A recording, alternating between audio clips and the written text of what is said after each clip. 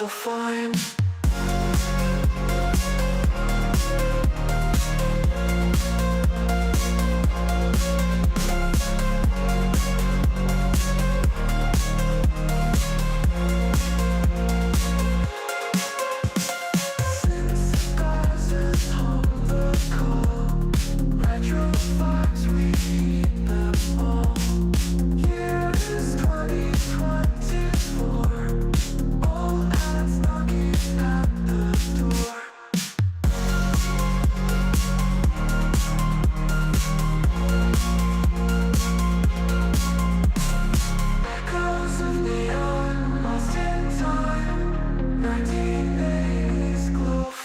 So fine.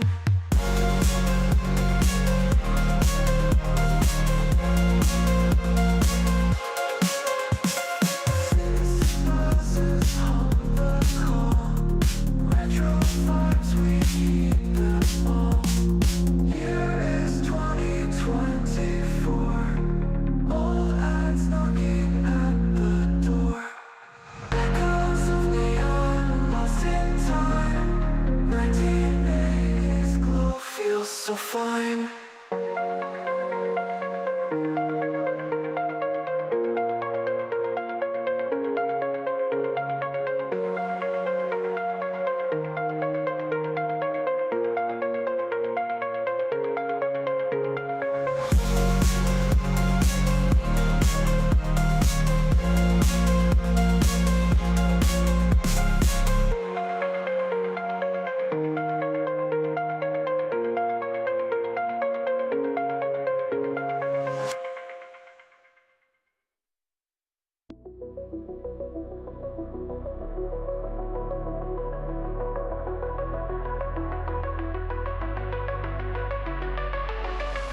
Neon lights, they fade, echoes of arcade. Colors bright, they stay, OVA just play. Commercial dreams rewind, in our minds they bind. 40 years have passed, so they last so fast. Memories on the screen. Where were you? Where we've been? Advertisements glow. In the past they flow. Flashing sound delight, endless summer nights. Sounds take us back, visuals on track. Through the static haze, golden yesterdays. 40 years parade, memories never fade. Memories on the screen. Where were you? Where we've been? Advertisements glow. In the past they flow.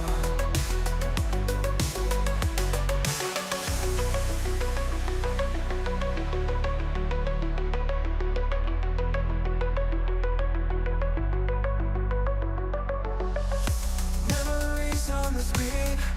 Where were you? We've been. Advertisements glow. In the past they flow.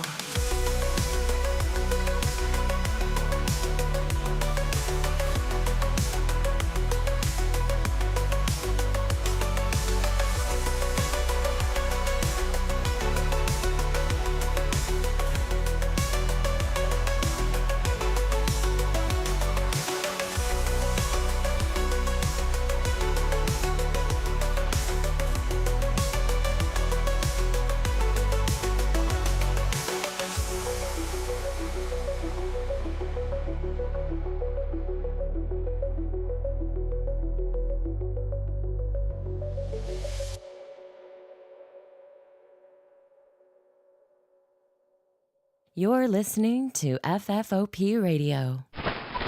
Reach the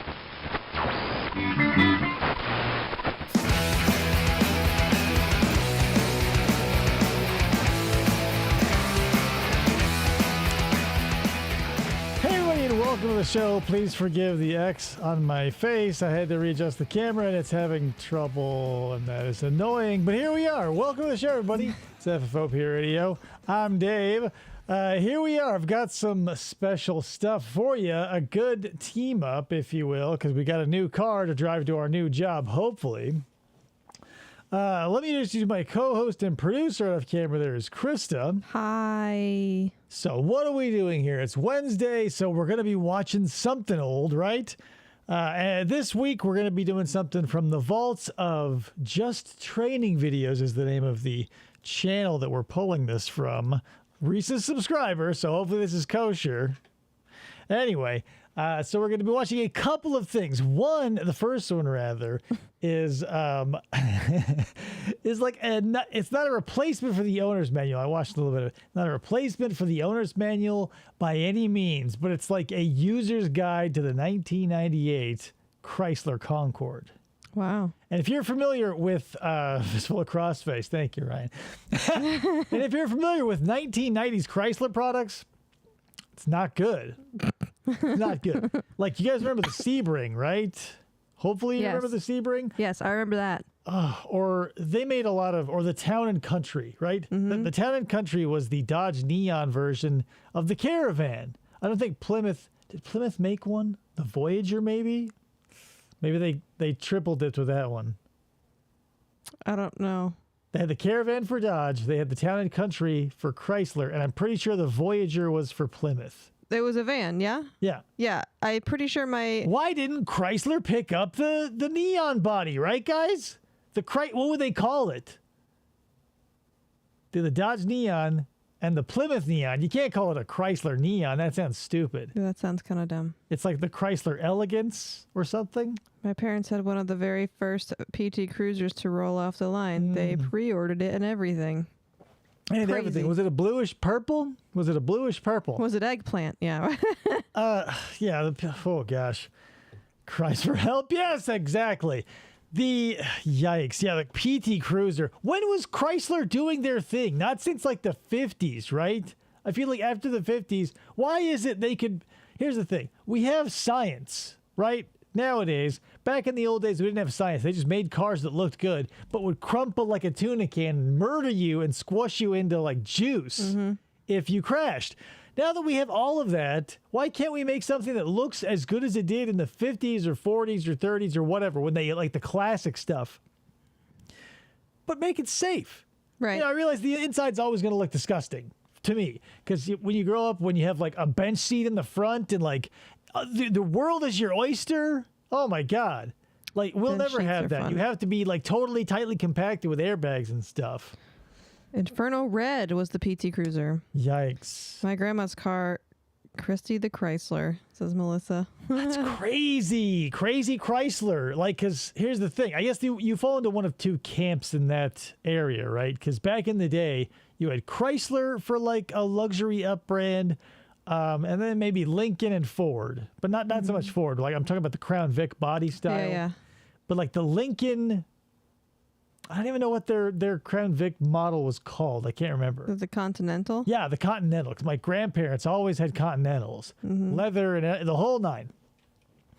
But you couldn't, like, Chevy. What was Chevy putting out that was like a luxury car? Are they still? Are they like Cadillac? But I feel like that's different. Cadillac, all their cars are boats, but or like, I don't know what, you know what I'm talking about. Can I see that she gets her vehicle back? Gets her vehicle back. Can I be released to the custody of my mother? They had the PT. Wow. 20 years. Jesus. You guys remember the HHR? How long did that last? 4 minutes? I've never even heard of it. Woof. They call it, well, you know, it's not PC, but there was an acronym for HHR, and Hot Rod are the last two. And, you know, a derogatory slur for my friends the gays is the first one. Oh. But, you know, everybody tried it. Maybe that was the problem. They tried that 50s style. Like, they made the Woody in the PT Cruiser. They even did it sort of for the HHR. And don't get me wrong, I loved the concept. They just keep fucking it up. Like the Plymouth Prowler. Like, I get what they were going for. It's just they fucked it up totally. We have the same heart, I feel, but they go, what if we made it like the 50s but super stupid? Anyway, so let me pull this in. It's classic. Look at it. It's coming from a VHS cassette tape, as you can plainly see. So let me make this big for us. Plainly. Also, Cadillac had a compact the Catera. car. God dang, I remember because it was like marketed to like normal folk. I remember that. It was like, it's the Cadillac, the caddy that zigs. It's Caddy like for normies. Prowler, a little bit. That sure is, isn't it? You had a scamp. You know what I loved that, like, I felt got short shrift? The Brat, like the El Camino, any car truck combo I like. Old style, like the Avalanche, I think is an abomination. And the Honda makes a Ridgeline that I think is awful. But like the Brat, I thought was hilarious and fun. Anyway, this is about the Chrysler Concorde from 1998. Let's find out how to own one. Gotta allow for tracking and stuff. Not intended to substitute the owner's manual, so don't. Congratulations on the purchase of your new Chrysler Concorde.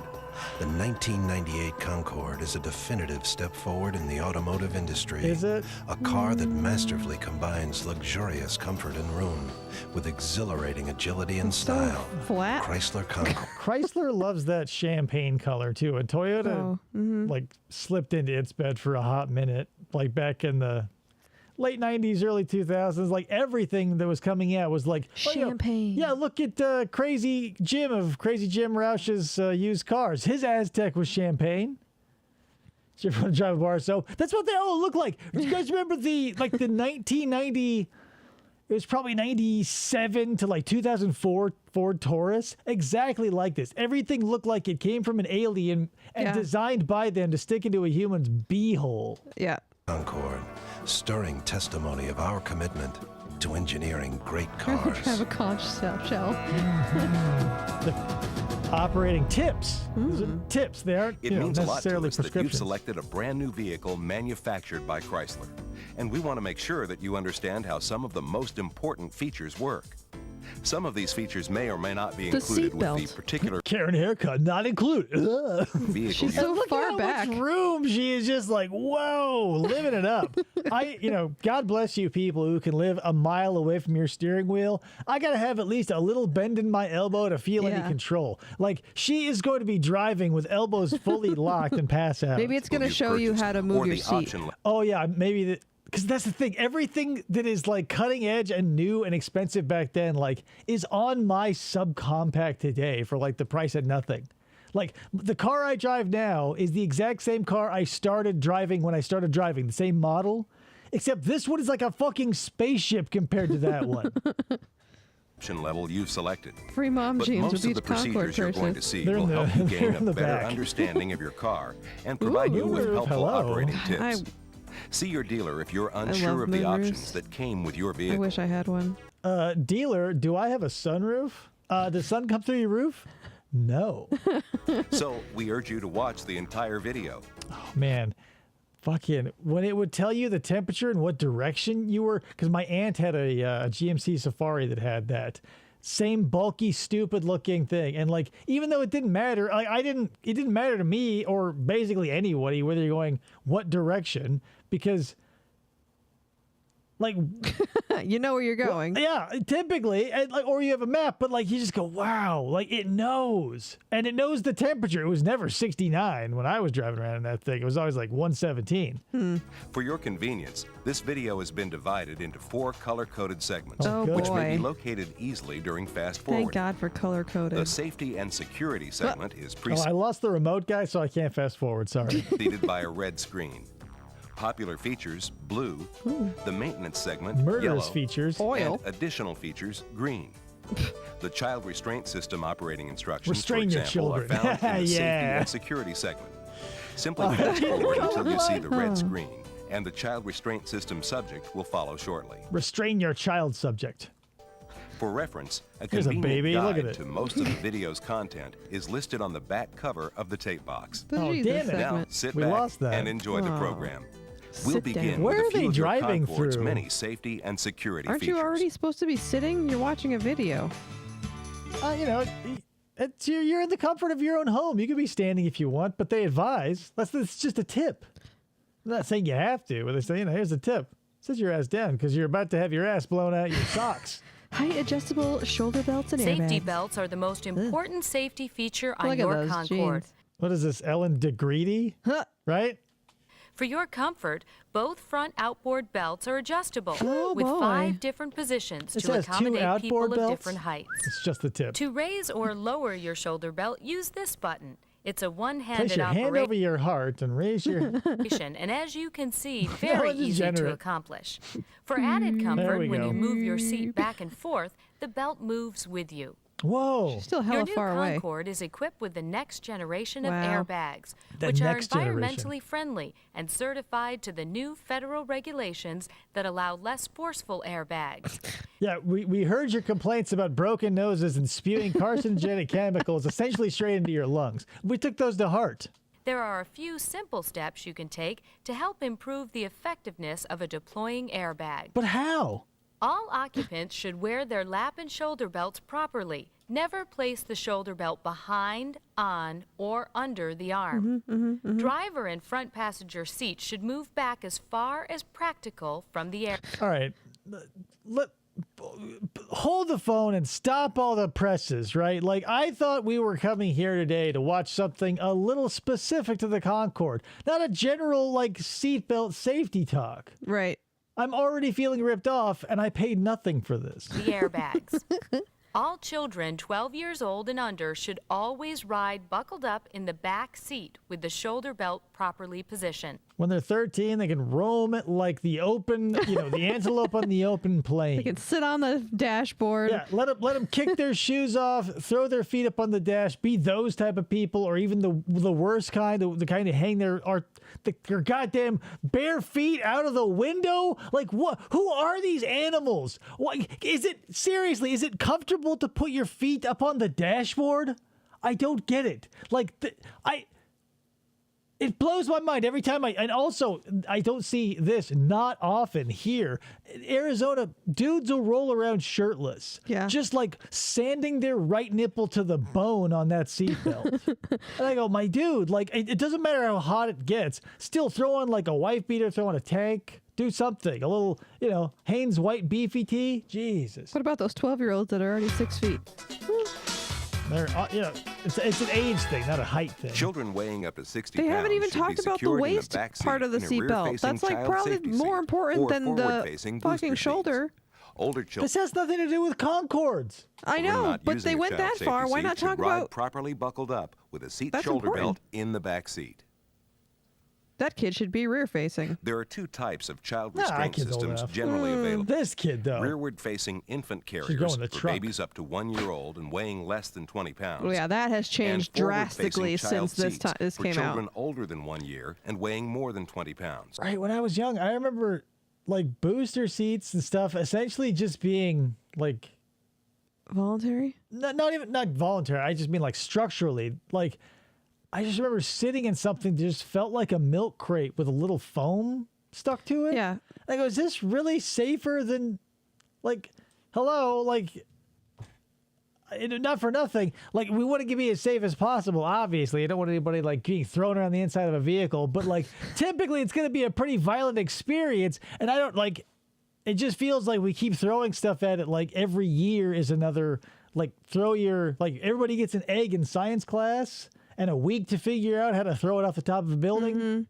Like, Yeah, this is this is nothing, and now we're living in the space age where like everybody's got to have like my son has a 5-point harness and like head protection all around. Like he could be launched from the car across like 7 football fields and land in a rock quarry and still like just dust off. and there are people who still The Concorde said more. You're right, Jameson. there are still people who like rear face our aged kid. Right, whatever. We're talking about Concords. I don't want to talk about car Obviously, seats we're anymore. not. Infants less than 1 year old Get should to be the carried Concorde in a part. rearward-facing add-on child seat, used only in the back seat. Do not install rearward-facing child seats in any Concorde front passenger seating or position. a regular car The seat. This deploying baby has airbag like some could sort of strike the neurological seat disorder. and Why is cause he moving severe around or like fatal that? injury to the infant. Refer to your owner's manual, the driver and passenger sun visors, and the always look at instructions those. provided Yep. with your child's safety Elliot or had me booster read that seat to him today make sure when we you're were waiting using for it school to correctly. start. Okay, finally, something specific to the car. Your car may be equipped with an anti-lock braking system, But it might or not. ABS, which is designed to provide greater control in Here's the thing, guys. Not for nothing, and obviously I say this a lot, but like the high tide lifts all ships, where like in 1998, they're going, your car may or may not be equipped with something that's standard on literally everything now. Like if a car company makes a car, it'll have everything that this car has and more. Like if you want to buy a motorcycle, they come like that's where you may or may not have ABS. Yeah. And like 8 times out of 10 you will. Like that's the thing. It's so crazy. Like, oh, you like how do you work a CD player? The lucky 8 of you who got like chosen in the CD player lottery because it's 1998 and parts are scarce and there's a chip shortage. You know, here's how you like listen to Rachmaninoff in your Chrysler Concorde as you're driving, you know, I guess on like walnut crushed driveways in Connecticut in That baby is at unfavorable least braking 10 years old conditions. by now. The primary benefit least. of ABS is that it prevents the wheels from locking up, which helps the driver maintain That baby was me. steering control and directional stability in hard braking situations or when braking on slippery surfaces. ABS works I know, but that's the thing. It's like I don't mind, Jameson, to address your point specifically. Because I don't mind being charged more for the things because they're going to be standard everywhere. What chapped my ass was like the surcharge. Like, you know, buying a car from a dealer or buying a motorcycle from a dealer, you're basically throwing your money away. I used to work at one. I know exactly all their tricks and yada, yada, yada. So, like, it's better for you, the consumer, to wait for some numbnuts. Typically, if you're in the motorcycle world, I call it a dentist bike. Like some dentist gets a wild, you know, hog hair up their ass. They chrome out something, don't realize nothing holds its value when you pick up, you know, whatever, $40,000 worth of chrome for $6,000. Right. Melissa, everything behind David is real. Yeah, that's not a green screen. It might look like it because my camera is having issues. Can you hit this focus button on there? It's the AE button. Whatever. It's being an issue. But yeah, I just always got mad that it wasn't, because that's the thing, they would always tout it as more safe. It's like you want your family to be safer, right? And of course, but if you don't have room in your budget for anti-lock brakes, you felt like a shitheel. And you're already getting gouged for like the drum brakes that'll lock up and you go sailing off a cliff either way. works differently than conventional brakes by automatically pumping the brakes for you during these adverse braking conditions. Speed sensors located at each wheel are constantly monitored by an ABS computer. During braking, if one wheel is slowing more quickly, the ABS computer will send a signal to special valves for each brake to avoid locking up that wheel. Press firmly on the brake pedal and let ABS do the Let pumping. your penny loafers do the rest. You should never pump the pedal yourself because manual pumping makes ABS less effective. That was insane because like I grew up again in a time when ABS wasn't standard and all shit. So like when I was learning to drive like my dad's truck, that was the standard like go-to. Like if like shit happens like and you start to lock up, you got to pump that shit. And I remember the first time I activated an ABS system, it threw me for a loop because it felt like the car was going to shake itself apart and I was going to slam into the person in front of me. But you know, the system did its work and it all worked out. That's why it's there. I just trusted in the system. I didn't pump it myself thinking I knew better. I just did it. I just Nike'd it.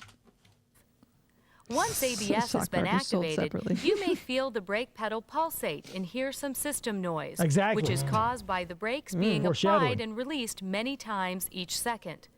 Just press the brake pedal down firmly and let the much faster ABS computer do the work. Yeah, Ronco told us that. This avoids wheel lockup and enables you to maintain steering control.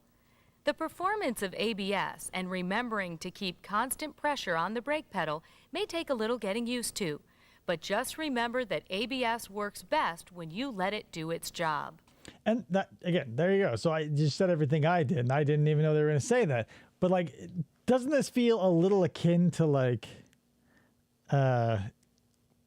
maybe you don't know this, but it wasn't until, like, the automatic transmission where, like, women started feeling more confident in driving. It was like, oh, that's a man's thing. Like everything else, it was like, soon women will have the wheel behind, you know, whatever. Oh, boy. And now it's like, just let the computer do its work. And now we like just sit back and let everything do that automatically. Like my car, if I let it, I can take my hands off the wheel and it'll stay in the lane. I don't let it because like that feels a little bit like, you know, a Tesla and a semi and your head comes clean off. Yeah, no. So I go so as far as I feel comfortable. But this, you know, some people do that. And they pull out DVD players and they pop in a copy of The Mummy and then whoa, right in a semi-trailer. You'll see the yellow ABS light briefly when you start the car. When you first accelerate, you may also hear some system noise and feel a pulsation in the brake pedal. The system is performing a self-check to ensure that its components are working properly. If at any time the ABS light remains continuously lit, the system is warning you that it's not functioning properly and that you need to take your vehicle in for service. In the meantime, you'll still be able to brake as if you had a non-ABS system. Thankfully, you can still brake. Now you will have to pump. So remember, ABS light off, don't pump. ABS light on, in the situation you need to pump, you will have to pump. Yeah. The public is not easily confused. I know that for a fact. Time for some traction Your Concorde control. may be equipped with a traction control system, which has been engineered to reduce wheel slip by automatically engaging the brakes momentarily on the front driving wheels whenever they lose traction. Man, I wish I had that back when I was Traction in high control school. uses I kind of feel like that's bullshit because I've had, you know, whatever, you drive around, you get a little reckless. I've had the anti-traction, like when we drive up, like when it's wet or snowy up north somewhere, obviously. Like the thing will start and I'll feel like, what just happened? Aside from like a light, maybe that's like one of those things where like it's not really doing anything. It's like an idiot light in your car that tells you when to shift, except it's a little less useless. I drove to school, so it was like wintertime back east, and I was driving to school. I think I had the Passat at that point, and it was snowy and icy and stuff, and I was driving slow, but then I went to a stop sign, and my car just didn't stop and went, woo! Well, that wouldn't be traction control. It would be, you would need traction to stop on the ground that has snow. Right, but the traction control is not an ability that is imbued from the car to the tire to give you more traction. It's if, like, when you're driving, you start to lose traction in, like, fishtail. Yeah, I did that. It didn't. But you do were anything. stopped. I was going. I was not stopped. I was trying to stop, and I was going nowhere. It's 180 degrees of what you are talking about. Traction control is when you're starting to go and you fishtail. You tried to stop and could not. No computer can make your tires less slippery. It's impossible. We're not in, the future yet. Uses components of your car's ABS to optimize available traction at speeds below 35 miles per hour. It's particularly helpful when accelerating on slippery surfaces. When traction control is activated, it's normal to hear some associated system noises. The traction control system always remains in the standby mode, ready to be activated whenever needed, unless it has been intentionally switched off.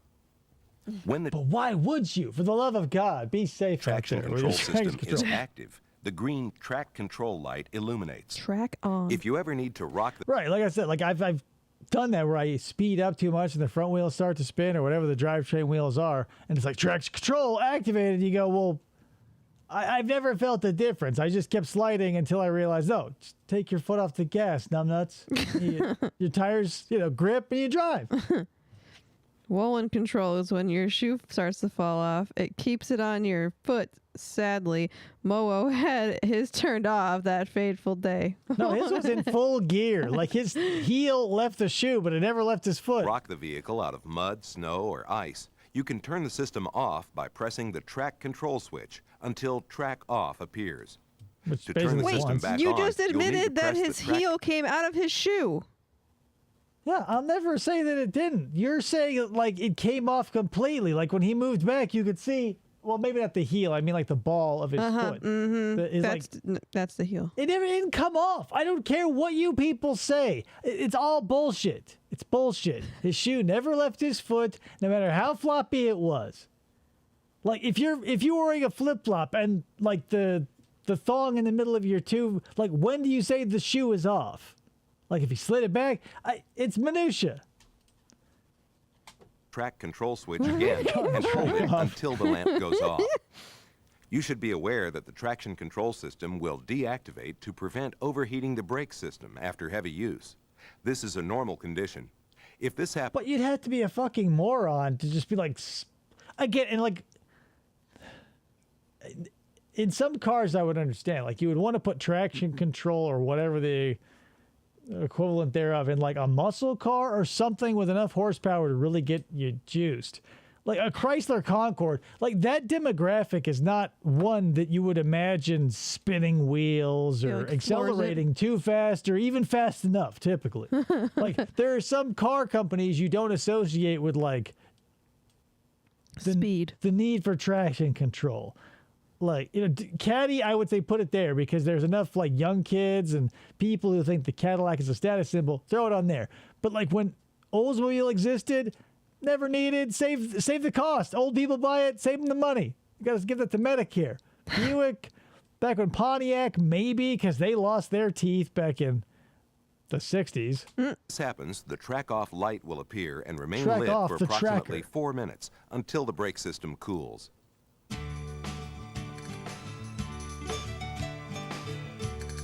Your Concorde standard on comes every with car. a standard rear door child protection lock system to provide a safer backseat environment for small children. This safety feature I prevents wanna rear seat occupants from opening the Help! rear doors They don't from even the have a car inside. seat. When safety locks When abducting children, it's super easy so they can't get away. are engaged, Like that's the thing. Not that I like that's the horrible part of it. But like every concept has like a good and a bad. Yeah. Like don't forget that, people. Well, it's safer for all of our children. Like don't forget the privacy laws that protect you and me, the average person, also protect the weirdo. You have to just make allowances. engaged. But if the they're rear big doors children, will they're only out of luck. open using their Too big. respective outside door handles. I'm a big child. To engage the safety locks on each door, simply open either Engage. rear door and move this lever up. You may find it helpful to use your ignition key to move the lever. To For a No other key, though. screwdriver, hello. disengage the You're a lock man. and to permit the doors to be opened from the inside, simply move the lever down. Boop. The tracker.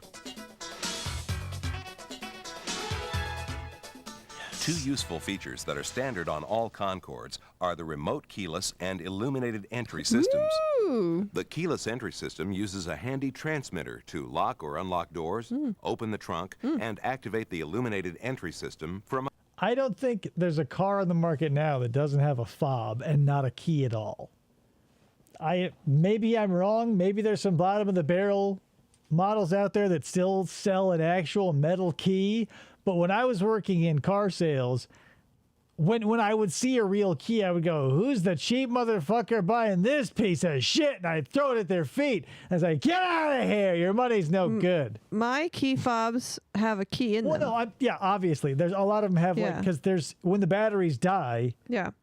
There needs to be something physical. I'm just saying, like for an ignition, Like a or like when was the last time you had to pull your keys out of your pocket to like shove them into a metal orifice and click Yeah, that? my last car. Right? Never. Yeah. from up to 40 feet away. It also has a panic alarm 40 feature. feet. To unlock the driver's door only, press the unlock button I once. can turn my car Notice on that with all my the key interior fob. courtesy lamps also turn Pretty on. nice. To unlock all 4 doors, press the unlock button twice within 5 seconds. Make sure that you make distinct presses. To lock all 4 doors, press the lock button 1 time. All doors will lock. The horn will chirp once, and the park and turn signal lamps will flash to acknowledge the signal. If you keep pushing it, the horn will honk a bunch, and everyone will know that this is your first time buying this car. You're old, and you should probably not. The interior lamps will immediately fade off. To open the trunk, press the Good night, Davey. the trunk release button twice within a 2-second Too many period. indistinct pushes. Your car When you explodes. press the panic button, your keyless entry system becomes a panic alarm. Your car's headlights will flash. The horn will sound. I appreciate the idea behind this, but I would like to see some sort of diagram of like people annoyed versus people saved. I would hope we could put some people in the saved column, but it feels more often than not it was just some fat ass who sat on it, didn't realize it was theirs until like they literally asked everyone else in the restaurant as you're chowing down on that ear of corn.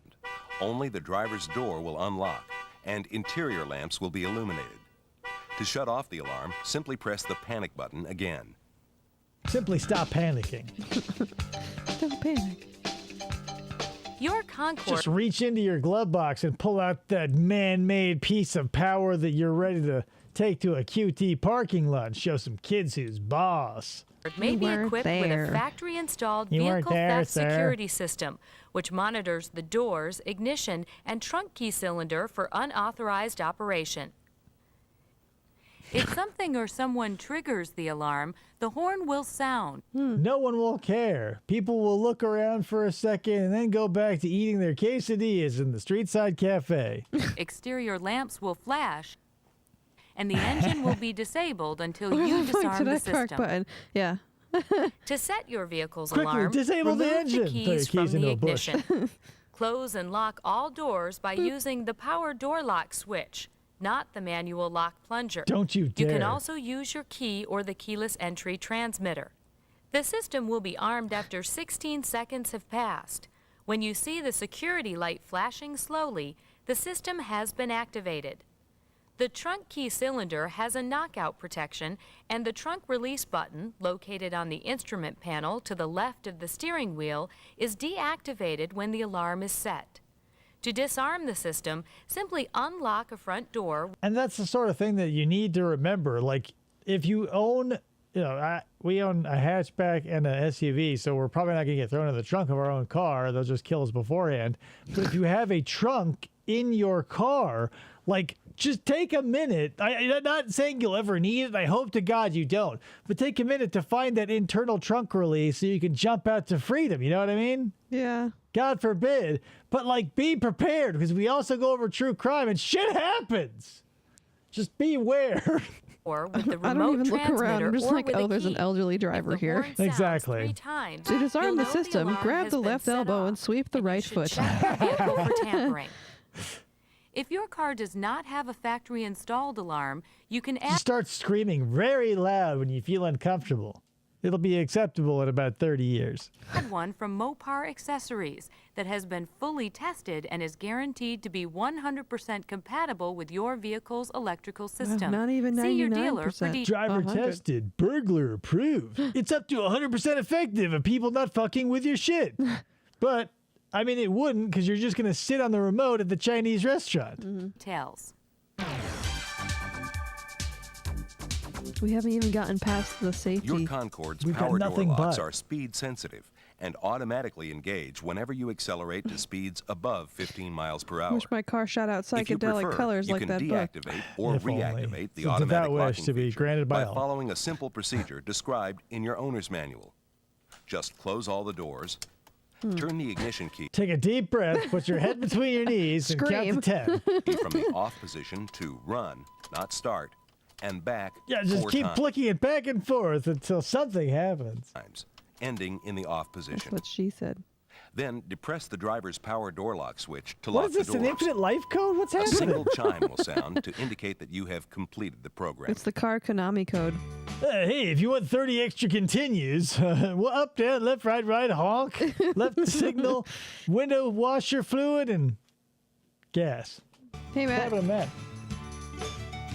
Ay, ay, ay. Should you ever need them, you'll find the switch for your Thanks, hazard Ryan. warning Think lights on somebody the top of appreciates the it. steering column. Press the button and release it to switch them on. Turn the car on Press and it gently again rub to on turn it. them off. Don't do like that guy. Oh my God. You guys see that episode of My Strange Addiction where Oh the my dude was married God. to his car and the car was a dude too? Yeah. I mean, Marry your car, fine, that? but marry a gay car? Not in my town. There was Chase. And the dad was like, what do you do in that situation, right? Like, if my kid grows up to have sexual relations with a car, I mean, there's nothing you can do except, like, wait for the TV crew from TLC to roll around and ask you some questions. Right. I'm confused. Should I try to steal third or not? Slap that bass. Oh boy, how do you adjust the rearview mirror? Always make sure that your rear view and Doesn't it feel a little bit like every time this Chrysler rolls around a tree, like a zombie's gonna pop out and yell at you? side view mirrors are properly set before driving. Note that the rear view mirror pivots at 2 Look at the points at exhaust the pipe bottom on that and the one. top of the support. This allows you to adjust the mirror's location as well as its angle. Whoa! Taller drivers may want to take advantage of the upper adjustment Whoa, to I'm raise taking the level advantage. of the mirror. Yeah. David, when he drives my car, always messes with my goddamn mirror. Well, because some person like sets the settings of your seat to like midget standards. So like my head is up against like pressing up against the ceiling, and I'm like, oh, this is fun. Like the steering wheel is giving me a prostate exam. My head is pressed up against the windshield, like I'm phone booth stuffing in the 1920s. So excuse me, I've been a bad boy, right, guys? If anybody gets that. The optional automatic day-night What's the height difference between us? Like 7 inches. 8 inches, yeah. And 8 inches. depending on what are we talking about, vertically or horizontally? Am I right, guys? Am I right, guys and ladies? mirror contains an auto-dim feature that changes the sensitivity of the rear view mirror to accommodate headlight You always got to copy a cracked review with you. Of course. It's 1998. That album is only like, what, 4 years out of style by now? glare. During still night rocking that use, shit today. headlights approaching from behind will automatically appear dimmed. During daylight, however, the mirror remains It will unaffected, amplify the lights. allowing you to keep the auto-dim feature turned on at all times if you wish. The switch I don't trust auto anything. Auto ISO, like auto exposure, my camera, I say, no, I'll pick that shit. You do it too much. located at the bottom of the mirror is used to activate the auto-dim feature. It contains a green light that illuminates whenever auto-dim is turned on. Now, let's look. Doesn't well, finally we're in the next section, but doesn't it feel a little bit like Star Trek? Like you're constantly changing. Like they're not necessarily like big tactile buttons, but they're not necessarily touchscreen yet, and it feels a little bit like Jordy at the helm. at the Concorde's most popular features, ones that you'll use Chairs. on an everyday basis. Tires. Headlamps. So yeah, I'll use those every day. The switch for the headlamps is located at the left side of the instrument panel. Turn the dial clockwise one step to turn. How dare you, Ryan? Keep your hoity-toity ass out of my show. You fancy. Mine on the just has parking heated lamps. seats. And I remember like, and I don't know why no one thought of this or like why nobody had the desire to think of this. Probably because like I have a biased sample size and I live in Arizona, but heated seats were always a thing. And it wasn't until the year I started working in a Ford dealership is like, I got the grand tour of the place, yada, yada. Here's the new EcoBoost engine, yeah, blah, blah, blah, blah. They go, hey, have you heard about the new air-conditioned seats? And I go, someone finally did that? It's like when the screw is invented in 1647 and the screwdriver is invented in like 1892. Like, for whatever reason, I understand half of the U.S. is cold, but the other half is pretty warm. And why is it we only focus on the cold asses? Hello? People here like want to show off their shit and get leather, but half of the year it's impossible to like enjoy it because you're cooking your patties. Yeah. I will So- never get leather seats out here Right. again. And that, that's the thing. Not until 2022 was someone like, hey, what's the part of your body that gets burned in a car? Your ass. Why don't we stop focusing on heating a cooking ham? Jesus. and two Steamed steps to hands? turn on the headlamps. To adjust the steamed brightness of the hands. instrument panel, rotate the thumb wheel next to the headlamp switch. Turning the thumb wheel to the first D10 Something's never changed. I got a thumb wheel on my car, so this checks out. position Well, will turn the optional interior displays engine to block maximum here, brightness. But they wouldn't sell it This to is me. You don't live in Alaska, Ryan. Why do you need an engine block heater? Are you parking near an iceberg? It gets useful if you're using pretty your cold in where he lives, right? The middle north and the Midwest, I get, like Chicago, but like, I mean, come on, man. Like, if you're driving, like, say this is 1973 and you got a carbureted engine, I would say, yeah, of course, that's the smart thing to do, especially here in the Northwest or the Midwest or the whatever. Here in Michigan or Iowa or wherever it gets cold. But we live in the day and age of fuel injection and modern gasoline. You put the Tiger in your tank and you forget about it. The negative teens. Ugh. Swamp ass awareness is needed. Yeah. Here in Arizona, like, it was just a thing. You just accepted it. Using your headlamps or parking lamps during daylight hours. Turning the thumb wheel to the second D10 position. When I first started coming out here to visit my grandparents, my grandfather didn't have air conditioning in his. He had like one of those small Toyota trucks. I don't know what they're called. They're just pickups, like half tons. Yeah. And we would just, windows down every summer. Yeah, but that's just old people, because like your body heat wanes, and my grandfather used to pick me up when it was 117, 116 out, windows down, like jacket Sweater. with wool collar on, smoking a cigarette, and we were flying down the road, and I was a dried out husk, like a corn husk, like a tamale where the insides have been eaten. And he's just like, no problem. Got his jacket on. It's 100 and whatever. Also has a headlamp time delay feature designed to provide you with a little extra peace of mind while parking in dimly lit areas. See, I don't like the cold, but I'm not begging for the heat. Like I'm not at that point in my life where I'm ready to throw on a jacket when it's 115. No. Like, there's a certain point in your life where you're like, maybe in movie theaters will still exist. You're like, I got to get a sweater because I'm going to see Transformers 7, The Age of a New Energization. You can activate the system by simply turning off the ignition before turning turning on off the headlamp switch. The headlamps will remain illuminated for 90 seconds before turning themselves off. This system only affects the headlamps. And if you ever have someone in your car who's unfamiliar with that, they'll go, shouldn't your headlights have turned off? And you'll forget that they're automatic because you've never heard of such a stupid fucking question in your life. And you'll go, what? Oh, man, I don't know. And you'll go back and you'll go, no, why did I even entertain this suggestion? I've been driving this car for years. Why do I let this person dictate my emotions? And then you walk back over and you wheel back and you kick him squarely in the shin with your cowboy boot. And then you get back in your car and you drive away, leaving him in a Black Angus parking lot. If you see the park or tail lamps lit, it's not the time delay. You've accidentally I wonder if this left the video will headlamps sell you a switched headlight fluid. If you don't, I've seen the videos where, like, sometimes it builds up and they got to drill a hole in the side and let the oil drain out. It becomes a problem. Jameson says, my work truck has no cooling system, 100 plus degrees plus smoky air due to wildfires. Are you, Jameson? Are you in Arizona? Because there are so many wildfires happening right now. Wildfires all over the place. But, like, yeah, I've been there because, everybody's poor at some point, and we all own cars without AC, or, the sycophants who want cars without AC, like I would love a Super Beetle, but California, there you go. But California is nothing. I mean, comparatively. Oh, if you're in Death Valley. Are you in Death Valley? Yeah, he's definitely in Death Valley. A lot of deliveries we made, like, where people can't live. off prior to... Oh, where do you live? Death Valley? Oh, is it nice to live there? Yeah, it's like Greenland. You know how it's icy instead of green? the ignition switch. The headlamps will go out immediately. A battery saver feature has been designed into your new Concorde. If you ever turn the engine off and leave your exterior lamps on for more than 10 minutes, or your dome lamp on for more than an hour, take some dome lamp. The car will switch them off to help prevent your battery from being drained. Well, that's nice. It's an idiot timer. Like, I felt bad for whatever.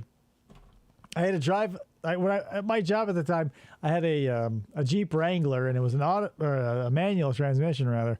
And like, it was the only car I've ever had that had an idiot light. And for those of you not in the know, an idiot light is something that comes on when your engine is in the proper RPM to upshift. And it was always annoying to me because I knew exactly when I wanted to shift, and I did not need a light to be like, hey, guess what? It's time for third. But like, I was driving a dude home, and he was like, oh man, I never learned how to drive a manual. He's like, is it hard? And I'm like, no, it's easy. I learned on a manual and this and that and the other. And I'm like, this one even has an idiot light. And he's like, what's that? And like, it felt like it hurt his feelings when I told him what it was. Yeah, I'd probably appreciate one. Right, but I don't know. I just, for some reason, like he was very quiet the rest of the ride home. And I was like, not home, like the home we shared together to his house. I don't know why I started telling that story. The instrument Skull cluster Island also versus the includes Candy number Apple of warning Island. lights designed to Oh, what do they got there? Apes, but they're not so big. alert you I strap to ice important packs around vehicle myself conditions. with a sauna warning vest to lights- hold them in place. Oh, that's smart. Like, or maybe next time, think about this, Jameson, a gorilla suit where you get a bunch of ice packs held by string. Maybe some Bermuda shorts. Are you a KVS fan? Will briefly appear when you start the vehicle to check the bulbs and circuits. If they I'm not. reappear while driving, the vehicle Should be. may require service. That's debatable. The seatbelt lights remind you and your passengers to Allegedly. buckle up before driving, along with a chime if you've forgotten to do so. And now, like my car, like that's the thing. This will be like, hey, back in 1998, they'd be like, we only care about the driver. If the driver doesn't put on their seatbelt, we'll bing. Everybody else, fuck you. Now, like, my car will, like, a little thing will show up on the main dash where it's like, here's all the seats and here's how many seatbelts are activated and here's how many people we detect in the car. What the fuck? Yeah. And like it'll if it knows there's an ass in a seat and it doesn't feel the click of the fucking loop, it'll go, hey, yo, it's me again. Like, could you? And I go, no, I don't want to. Shut up. So something that I don't know if it's true or not. My dad had drilled into my head A drill? Yes, maybe. That if I didn't wear my seatbelt, my car would die. turn off. Oh yeah, he definitely lied to you. So The since I airbag was light 16, alerts it you was to a drilled in my potential head that my problem. car will blow up if I run out of oil, and if I don't wear my seatbelt, my car will turn off while I'm And driving. blow up. Yeah, here's the thing. Before all the bells and whistles, literally, like the bells that would remind you, like I spent a good 15 years of my life not wearing a seatbelt. Nice. Because I just didn't fucking want to. Like, I had a car that wouldn't ding. I think it was probably even the Jeep. I would just get in and out of the Jeep. I never crashed, so it was fine. I rolled those dice. But, you know, it was kind of nice getting in and out. And now I long for those days. And, like, part of me secretly wants to go to, like, Pick Apart and just cut the seatbelt of another Toyota and just plug it into my seatbelt thing and permanently be done with the situation. But I don't know if there are two sensors. That's the thing. They might be too sneaky for a motherfucker like me because they might have a sensor in the buckle and one in the roller. So I would have to, like, not only buy another buckle to buckle it in, but, like, pull the roller and hold it with a chip clip. I don't know if obviously I'm not that dedicated yet. Was my dad Jeffrey Dahmer? No. There were a lot of barrels in his garage. So. When I was Probably trying to the find my airbag current car, I system. test drove a Mazda If the charging SUV, and I will not drive without the driver's seatbelt buckled. Or it will not drive. Sorry, it will not drive without the driver's seatbelt buckled. Right, that's what I'm saying. Like, so, you know, and here's the thing. I might, sometimes I was just lazy and I would plug the seat, like sometimes when in a car that I knew would just yell at me, I would plug the seatbelt in and I would just sit on top of the seatbelt. Because it didn't know whether it was across me or not. It wasn't like, oh, thank God he's not going to fly through the windshield. System light Man appears, spreading the battery seatbelt may figure. be discharging. Have the vehicle serviced immediately. The brake warning light indicates either that the parking brake is on or that the system is low on fluid. The engine temperature either warning or. light appears Blinker when fluid also. coolant Well, temperature because it's just a light that says brake. Any problem is just going to come across as brake. Brake. Yeah, so check your brake system. Hello? is too. I mean, back in the old days, they didn't have any fucking lights at all. Now I've got a computer that gives me stress every day. It's like, hey, guess how many miles until your next service? And I go, I don't want to fucking know. Like, leave me alone. Too high. If it appears, Tickle check the bitties. temperature gauge. And the The seat pointer belts. should normally be Hey, you wrap them around You're like right. the mummy. You're in the right. middle range, although it may read slightly higher under certain conditions. Like when it's But hot if the out. pointer is near the H mark, stop the vehicle and turn off the engine until the vehicle has cooled. Exploded. The oil pressure light warns of low engine oil pressure. David had If a it Honda appears while Element that driving, liked to overheat. Stop the vehicle, shut true. off the engine, and check the oil level. But like, on what planet? Like, don't get me wrong, Honda is an amazing company that constantly is innovating and changing its products for the betterment of, because they source all good ideas from anybody, anywhere. But putting a 4-cylinder engine in, like, essentially an SUV-ish thing, like, hello, 4 cylinders and 8,000 pounds does not, and that's like curb weight. Then throw 3 fat asses in there. If the airbag, brake, charging system, engine we were temperature, overheating or in traffic oil once pressure up warning north, lights ever and remain I have on, PTSD they now because I indicate sit that in your the vehicle drive-up needs parking lot at school thinking my car's going to overheat because I'm sitting there for 25 minutes in 115 degrees. Right, but your car is not from 2005. I know it won't, but just thinking of, like, immediate about service. that. See your dealer as soon as possible. All right, I'm saying, Jameson, like, nothing here says, like, Concorde, right? Like, especially if I'm going to presumably buy this video cassette, like, or is it given to me when I get the Concorde? Like, blow to take smoke up home my and ass watch. about how great the Concorde is that I fucking bought. Hey, they've got the key fob that turns the lights on for Right, 40 well, feet away. What if I don't have kids? What if I'm the actual client of a Concorde and way beyond childbearing years?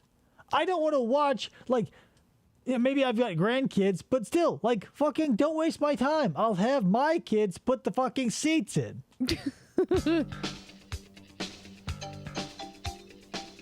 Your Concorde is equipped with a sophisticated A light that'll tell you to check the engine. And this guy's going to check the fucking computer engine. system that continuously monitors virtually all aspects of your engine, transmission, and emission controls to see that they are operating properly. Like, all aspects. Like, how many sensors do you think a 1998 computer could handle? Like, we've got an O2 sensor, oil pressure, but then those have all their own lights. So, like, what does check engine mean? If the system ever determines that your powertrain systems are not operating at peak efficiency, it will do 2 things. Explode. First, it will and shut turn down. on the check engine light and sound a chime to alert you that you need to have your dealer check out your vehicle's operating Know your systems. dealer. Check And out second, your ass. it will store information in the vehicle's computer memory that will help your dealer correct the problem easily, getting you back on the road more quickly. Or the dirt trail in between a bunch of deciduous trees. One Where's other this guy note on your going? He's Concorde's going in diagnostic circles. system. If the check engine light remains continuously lit, your vehicle is Lit. telling you it needs service at your earliest convenience. And if the check engine light ever flashes while you're driving, that indicates a potentially serious problem that Kiss could your ass damage your goodbye. exhaust system's catalytic converter. Have the car It might have been stolen by some crackhead if you were visiting Detroit. or serviced Akron. immediately. My golden Your catalytic Concorde's converter got electronic stolen. speed control can be programmed to take over accelerator operation at speeds above 30 miles per hour. The word cruise appears in the instrument cluster after you've pressed the on-off button. Whoa. This tells you the system is now ready to be programmed. To hold your existing speed, If it's never convenient, how can it be early or even late? Right. Exactly. It's your earliest convenience next year. I mean, with your earliest whenever. That's the thing. Like, here's the thing. The human organism has engineered things beyond the capacity that they tell us that it is. But because most people like to throw a little extra slack in all the ropes that they are involved in, you have to make them pretty tight. Like the 3,000 mile limit. I mean, we've now like widened that out to like 10,000 miles For what? for oil changes. Oh, I only do it every 5. Or yeah, it depends on whatever you make That's a what model Ford in the year says. and yada yada yada. But it's been slowly gaining headway. But it's like how like if you buy something that'll hold something on your wall, it's rated for 13 pounds. It'll probably hold 22, but we got to tell people it'll hold 13 because people are gonna people don't know. Yeah. Like you're gonna put knickknacks on a shelf, you go like break out the knickknack scale because this shelf will hold 13 pounds of shit. Right? It's just like you have to set it kind of low because you you know people are going to sort of like go, oh, next week, I forgot, yada, yada, yada. Yeah, my phone, so I have an app on my phone, like the Ford Pass or whatever, and it will like text me or put a notification and be like, you've got 5% left of your oil life, and then I panic. I also have adaptive cruise control, so if my CC is on and suddenly there is something in front of me, it'll decrease the speed. Yeah. Oh. That is something that changed my life. I love driving. I love getting behind the wheel of an automobile and going anywhere at any time. I love it. And like adaptive cruise control on like freeway stints or like long ass, like going up north, south, east, west for a very long time is great because like I get into Krista's car, it doesn't have that, so I'm constantly on edge and like having to adjust and like turn it off because people are fucking all over the place. Yeah. Like I don't understand why people need to just have a 25-mile like swing in their driving speed. It blows my mind. So that was a godsend because my entire life was spent trying to be the exact right distance away from someone so I wouldn't crash into them, but also wanting to go quicker than this motherfucker is going currently. Yeah, and it blows my mind. I love it. Since I don't have it, I don't know how it feels, but I don't use cruise control all that often.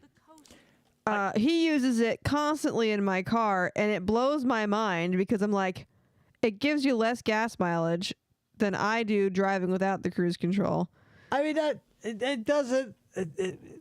This is the minutia, but like the thing is, it'll keep it at a constant speed, and that's what you want. I don't want to like have to worry about whatever because when you're on the road, consistency. You want to be the best NPC you can be in somebody else's mind because if you're a wild card, shit happens. I'll use it when there's like not a lot of people. Listen, this nothing to do with the Chrysler Concorde, which is what I hopefully eventually to be learning about.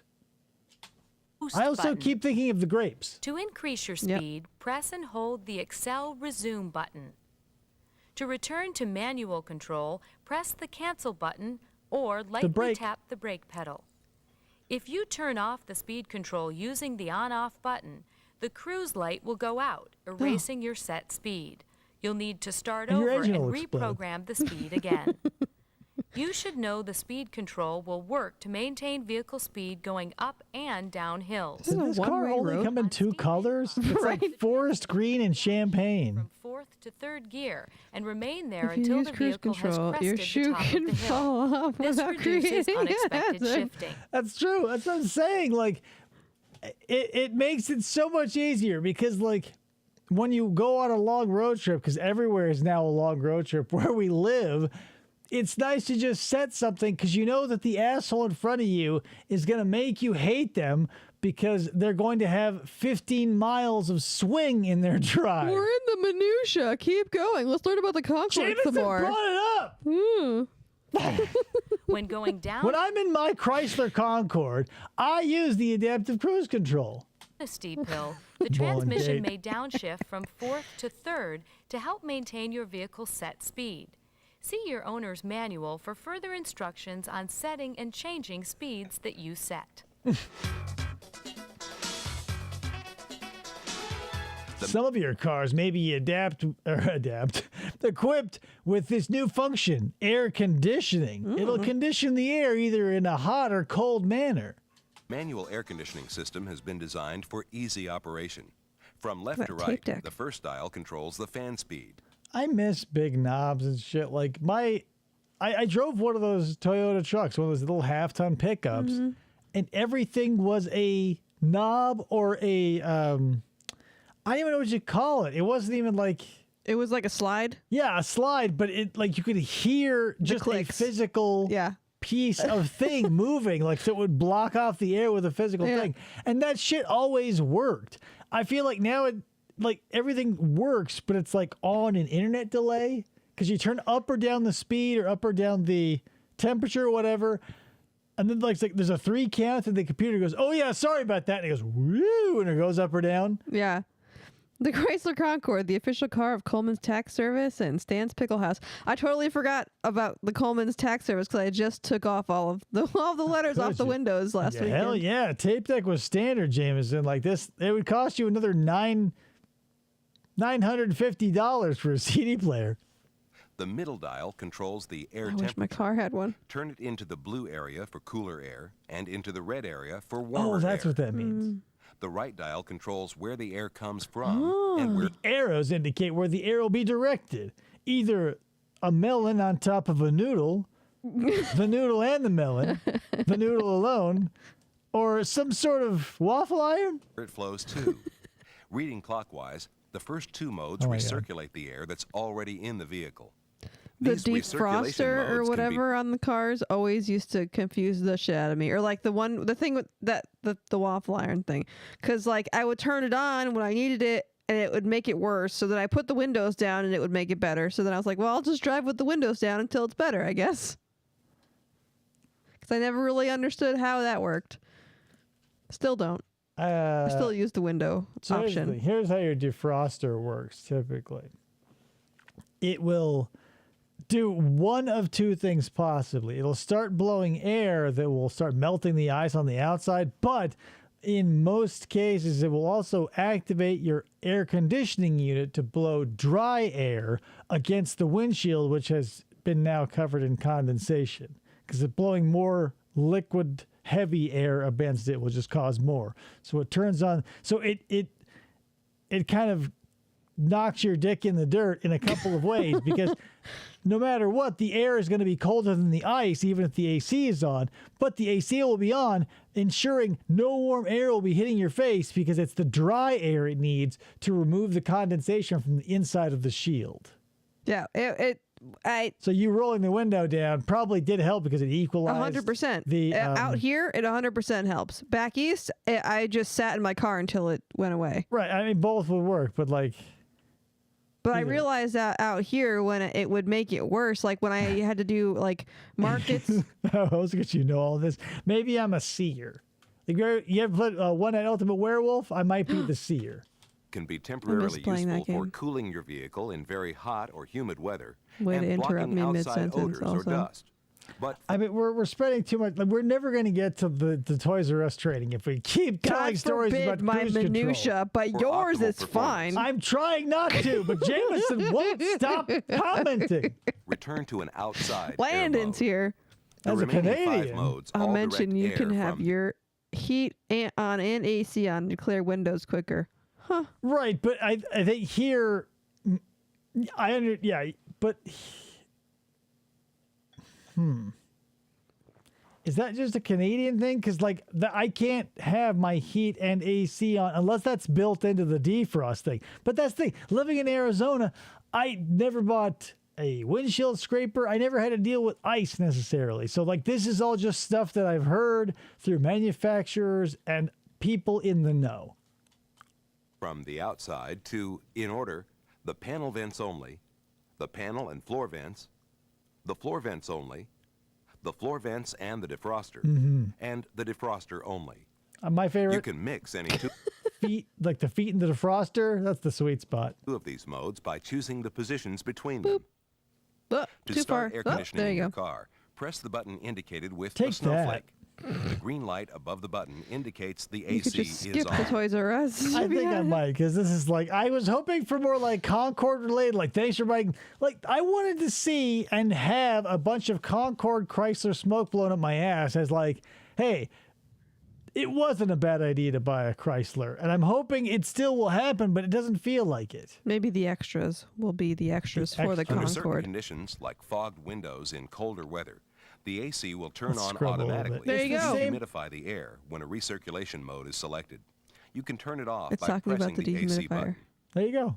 Your Concorde genius. LXI comes equipped with an automatic temperature control system, Ooh. or ATC. You'll find it's designed to maintain a steady comfort level in various weather conditions. And to this day, I still have this question, right? Because like now we've come so far as to like eat, like the driver and the passenger can have different temperature settings all the way from like the low 60s to the mid 80s, right? How is that even fucking possible? It's not. Obviously, And number two, where's the thermometer, right? Like, are there two thermometers planted directly into your ass? Are they in the ether? Are they in the ceiling? Are they in the chair somewhere? Are they... Because, like, what do you... Like, with the... Like, again, back to my Toyota, it had, like, a thing that you would just turn that would allow the air to flow. And once you felt it with your skin and, like, you had receptors, you know, in this organ, you go, that's enough or more or less. Right. But to tell a car I want it to be 72 on one side, outside or anywhere, and outside it's 117, and it goes like, you know, you see the fan go up and down in speed. Like, where and who is doing that calculation? I'm sure it's happening, right? Because, like, why would they do that? Yeah, right. But what? It's insane. Yeah, basic car functions. But that's the thing. Basic today was cutting edge in 1998. They go, hey, good news. If you hit the brakes, you won't have to, like, pump it anymore or, like, come out with a candle and hold it under your carburetor and wait 40 minutes and say a prayer and then try to start it on a cold morning. But we all just take that for granted now. And they go, well, yeah, you guys heard of this newfangled CDs? We'll put a player in your car for you. And of course it sounds stupid now, and God knows what this will sound like in 30 years. In automatic mode, the system does all the work for you. To activate it, press the auto button on the control pad and use the temp rocker button to increase or decrease the displayed temperature to where you would like it to be. That's all you have to do. The system will automatically adjust the temperature, fan speed, and mode to reach and maintain the interior temperature because that's what you've auto selected. means. For your comfort, in cold weather, the auto... Right. People are never going to understand that auto is short for automatic, and automatic means it'll automatically do it for you. So let's just jump from A to Z and be like, auto means just fucking forget about it. Quit fiddling with the buttons. You're going to crash into something, Grandma. The automatic mode will not blow air until it has been warmed by the engine. It will not blow air. If you attempt to adjust any settings other than Cutting the edge, temperature, rear view the system will mirrors, switch. Hell yeah! air conditioning, and tape decks. I mean, can you imagine getting into your, like, Model A and just having it must... we're never going to be able to be, like, blown away probably as much as the last generation. Because imagine being alive, going from horses to cars, where you're having to crank shit and, like, because there was no automatic motor, like electric motor starter, and you had to crank it, and people were getting their jaws broken from the kickback or, like, pulling arms out of their sockets or breaking bones. And now we can just roll out on the coldest day of the year and have our asses warmed within 8 seconds as we listen to NPR or whatever, and just glide on a sensor-coated orb egg. And, like, imagine having to get up and, like, feed your car oats in the morning and shit like that. Like, it's just, we're so spoiled compared to, like, a farmer anywhere, ever. Listen to Switch Spice into World manual control. in your brand new Chrysler. Require your adjustments like a traditional manual That was heater like 98, air conditioner right? system. Probably. If the system is in the mix or defrost modes, In the mix. regardless of whether it's operating This is the hottest mix of cold and warm temperatures. automatically or manually, you'll not be able to recirculate the cabin air. This prevents the windows I'm from shopping fogging. for a new fridge, and I'm like, why does the fridge need Wi-Fi? Because your phone, everything comes with Wi-Fi. I bought a window AC unit that's like, you want to set this up on Wi-Fi? Like, am I going to be able to, like, download Crash Bandicoot on it? If so, sign me up. If not, like, I'll take a hard pass. Your Concorde has a rear window electric defroster. To start the defrost process, press once on the rear window defrost button located Press with one. That's a hell of a process. the temperature controls. An amber light will appear Ooh, above An the Amber Alert will Amber. show up, too. button to let you know the system is operating. The defroster will turn off automatically after 15 minutes. But if you wish, you can stop it yourself by pushing the button again.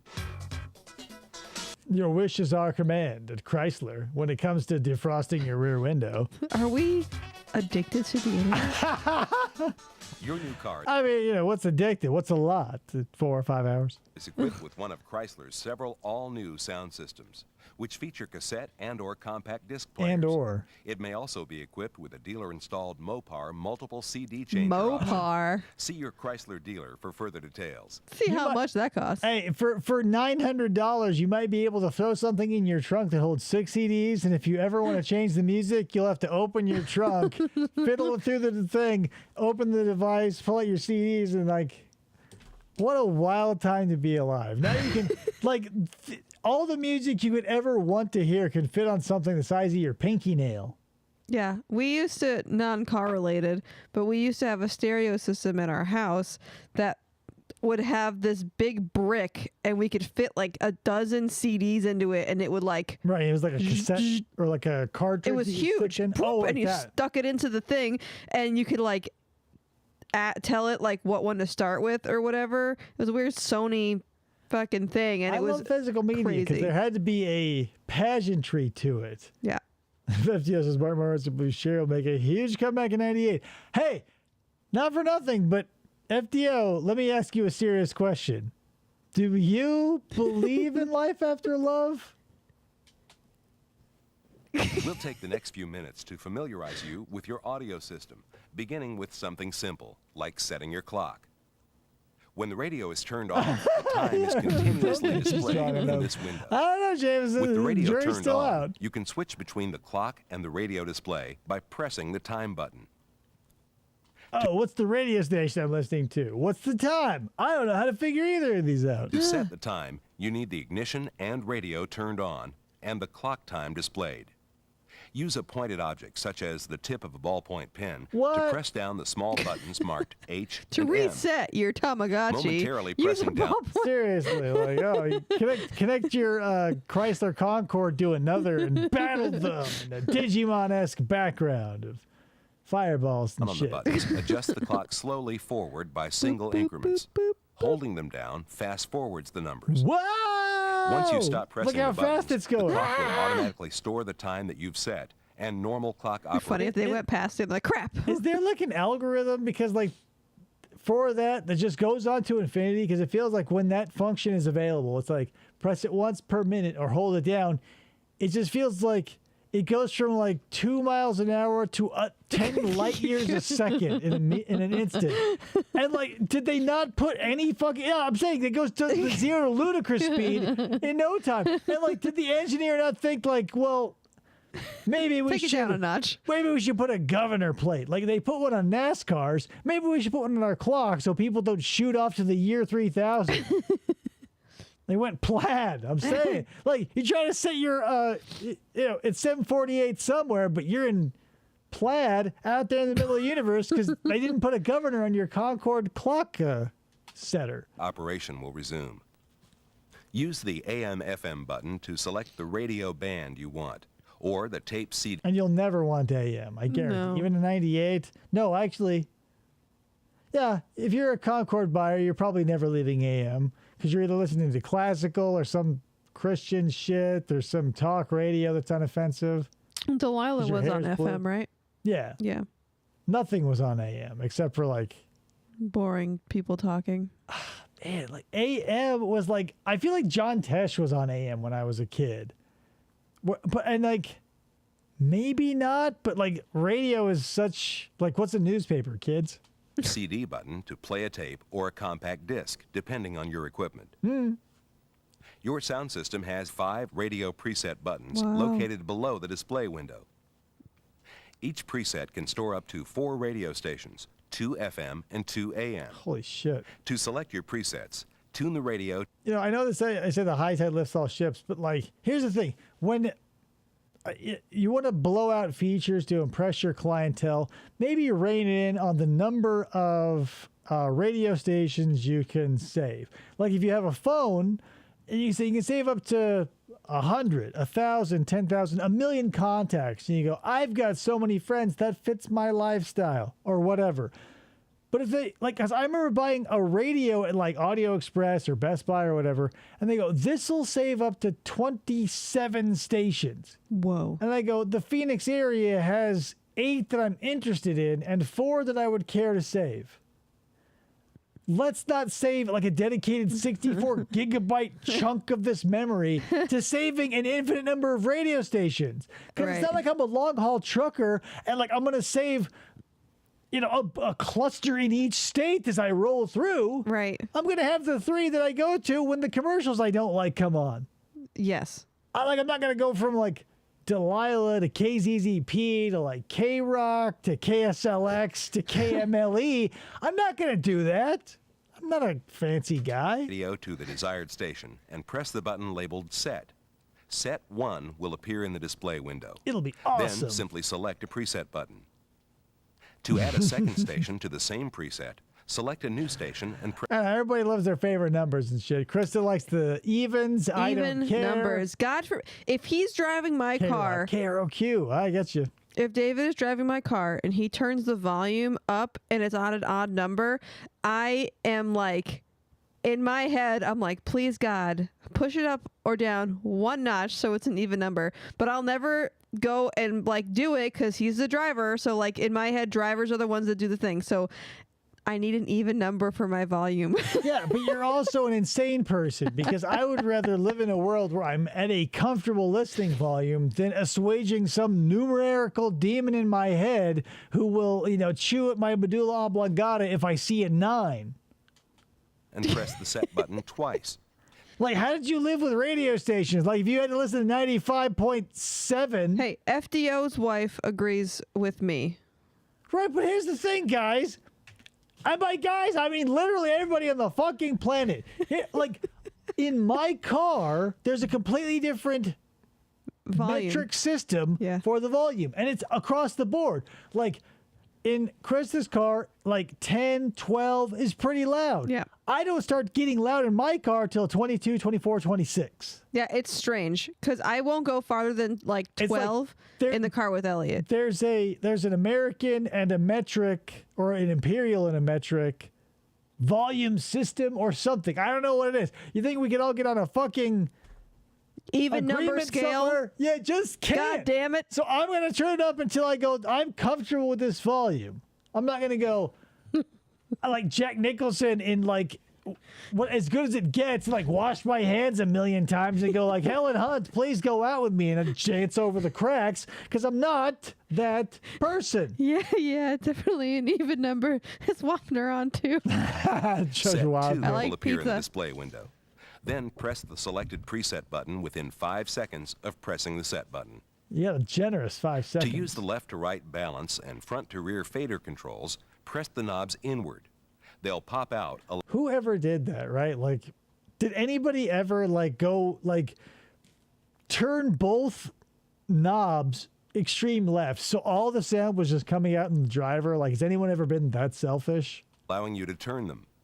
Once you've finished making adjustments, press the This knobs guy, back obviously. in. That way, you're less likely to accidentally move them. For tape operation, begin by inserting the cassette tape. What? The tape will begin playing automatically, and a direction arrow will be displayed. Press the side button to play the other side of the tape. The fast forward and rewind arrow buttons are the same ones used to tune the radio. Guess what they do, guys? To eject, press the button labeled EJT. To operate a compact disc system, turn the system on and insert a compact disc. You can skip forward or back through the CD's tracks by using the Seek buttons. To eject the CD, use the EJT button located near the CD opening. Not for nothing, but like those rocker buttons, they're, you know how if you're into like vintage video games or whatever, maybe there's a lot of like, what's the best controller? A lot of old school like rocker car controls are really satisfying. Like, not for nothing, like GM and their product lineage like had a decent amount of beef behind their buttons. Like forward before they moved to touchscreens weren't bad. It just touching a screen now to do basically everything in my car feels weird because I want that. And maybe it's just me, but like the physical feedback means something. Like people who can play games on their phone with no joysticks or whatever, it blows my mind because I need to know the limits of the playing field. If it's just a line on a screen where you can just throw your thumb off of, but maybe it's just doddering old Dave. if the disc isn't compact. Your You think they're trying to Concorde throw laser discs in here at FDO? Like they got a copy of like Murder Becomes Her or whatever, like trying to shove that in there. It's like, I don't get it. Equipped with a radio antenna that's built into the rear window, where it's safer from vandals and accidental damage. Vandals. Why does that bring up a memory? One of my dad's friends had this like 1967 like Mercury something. Like it reminded me of the car that David Spade has in Tommy Boy. Like not something that like would blow the doors off of just your average person, but those in the know, like maybe it was a Mercury or something. But he was always like talking about how they'll steal your antenna, and I'll be damned if they didn't steal his antenna like twice. Seriously? Yeah, but it was a classic car, and he lived in a shitty part of town, so I mean I get it. But people who use they always felt a little implicacious. Pop in that floppy. That's kind of a nice car from Tommy Boy. A 1967. Was it a Dodge or a Buick? Or it's not something that like most people would know. I can't tell what it is. Plymouth. It's a Plymouth. Yeah, but that's the a lot of them back then, like the muscle car era, like everybody had style and panache, and because they like whatever, 7 miles to the gallon be damned, gas is cheap, and we want displacement, baby. Our Concorde has a power outlet that can be used to operate cellular phones and other items. Or cigarettes. It can also operate a cigar lighter, which, together with an ashtray, is available from your dealer in the smoker's package. Know your dealer The power again. outlet is only functional when the vehicle Somebody go to any dealership right now or anywhere in the near future and ask for the smoker's package and report back to me. ignition switch is on, to help prevent you from accidentally draining the battery. However, if you would prefer that the power outlet be operable even when the ignition is off, you can accomplish this yourself by simply moving the power outlet fuse from the ignition position to the battery position. That didn't look like you could move it anywhere. Who And I'm took not that going to show photo? you where that is. Where's that Your supposed to be? Concorde's power windows The fuse box? Typically, it's under your hood. Most cars, it's like on the driver's side up toward the windshield, but it could be anywhere based on your make and model. But it's just like, that's just what it is. It's just a bunch of little fuses that are like the fuses are now breakers in the house. Like if you get an over voltage anywhere, it'll blow out instead of zapping your electrical system. windows can be controlled from the switches mounted on the driver's door. For convenience, the driver's power window switch includes a one-touch auto down feature. How To convenient. use it, push All 4 of my windows have that right now. Yeah. And I'm poor. the auto button rearward past the detent, then Rearward? release it. The window will open all the way down, then stop. If you need to stop the window before it is completely open, simply Plug your vape into your new Chrysler Concorde. They got a vape charging station in the center console.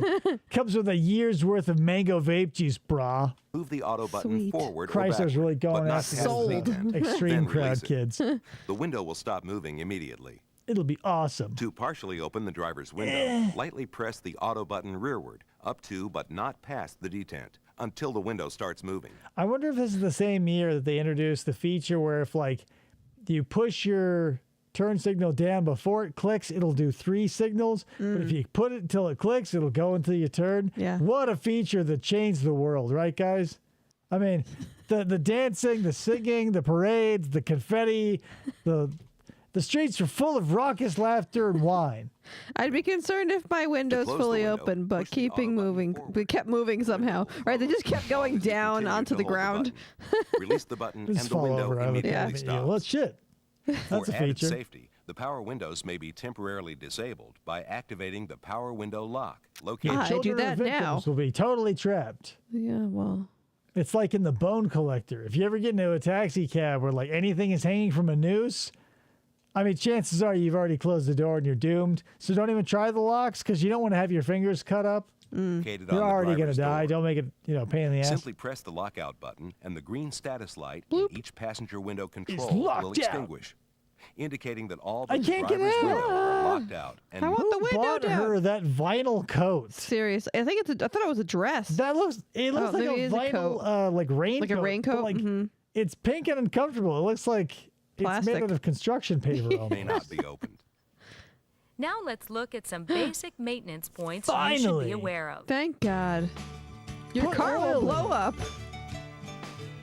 Over the next few minutes, we'll So this is something important. You have to remember, if you are going to be that person to buy a new car, you're going to need, and now they've blown it out to like 5,000 or 6,000 miles, but like the first 5,000 or 6,000 miles you put on that engine, you're not going to get the advertised or anywhere near the gas mileage and maybe the power, because like, you know, all this shit is brand new, and I don't know, it's something that I was never told growing up, and I wasn't even told until I was working at a dealership, and then I made sure to tell people because I never heard it. Like, don't think, because now, especially now, rather, because every car basically comes with like a fuel mileage gauge. Yeah. And I go, you know, don't look for what you see on the sticker for a while. Like, even your first oil change. Like, come on. We'll provide you She's with wearing a raincoat on the sunny day they filmed this. Yeah, it was so sunny outside. They needed a protection from the UV.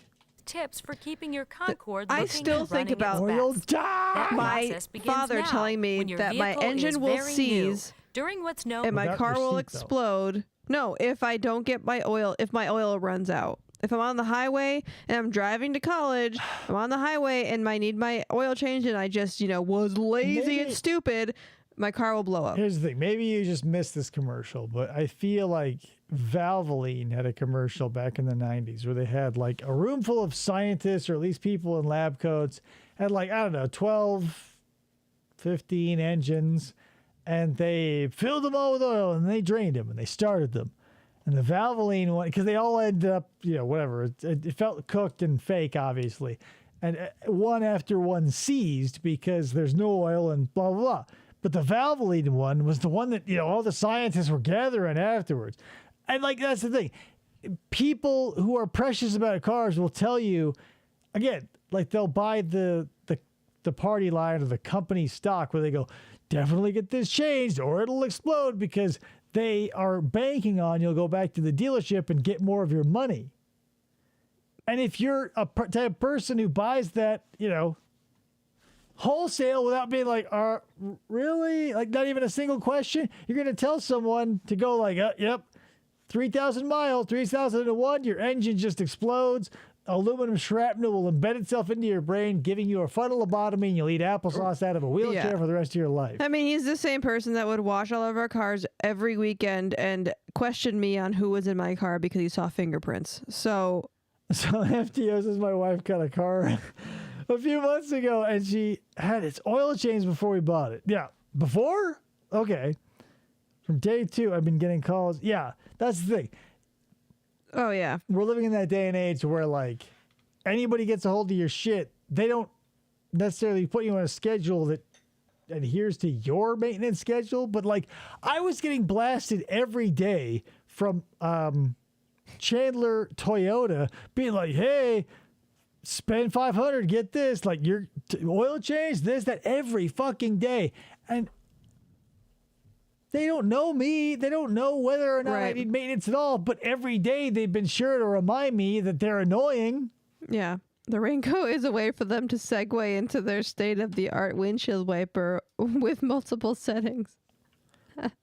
I mean, how can you not? I mean, by the time this rolled around, or by the time, here we are today, windshields, have wipers from Star Trek times. But yeah, let's go ahead and skip a little bit. Oh yeah, FDO, I got you. Yeah. Whoop. I assumed that's what you meant. The dealership changed her oil in her car before she picked it up. Right, yeah. They're like, "Hey, do it again." I still get calls from the place I bought my car from because they want me to trade it in to get a new car. Right, because that's part of the scheme and the shit. Like, I hated that stuff because, like, when I worked at the dealership, they go, here's a list of people who bought cars from us 2, 3, 4, and 5 years ago. Mm-hmm. Cold call them and ask them if they want to buy a new car. And after I got screamed at for like the 70th time, I would lie and say, yeah, I made my calls, because literally nobody wants to be called out of the blue by someone to be like, hey, how's your car holding up? Right. I never answered. I'm like, they must know my car was paid off or something because they're like, hey. Car salesmen are the worst. Being one, I tried to be the best one I could be. And that's why I'm not anymore because like... But anyway, here we go. We're moving on. Now that we bought our Chrysler Concorde, we didn't learn much about it except for the basic DOT You can turn your rules. lights on in 40 feet. Woo! Congratulations. I mean, that's the thing. That's it. No, like, this doesn't even make sense anymore because, like, do you guys want to know how to work a CD player? But now it's time to step into the world of Toys R Us.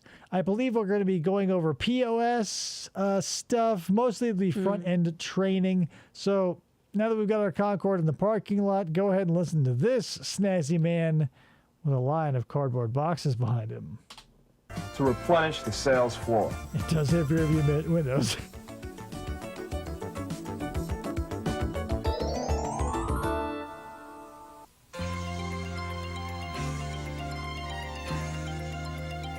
I still hold Mitt Romney personally responsible for the dissolution of Toys R Us.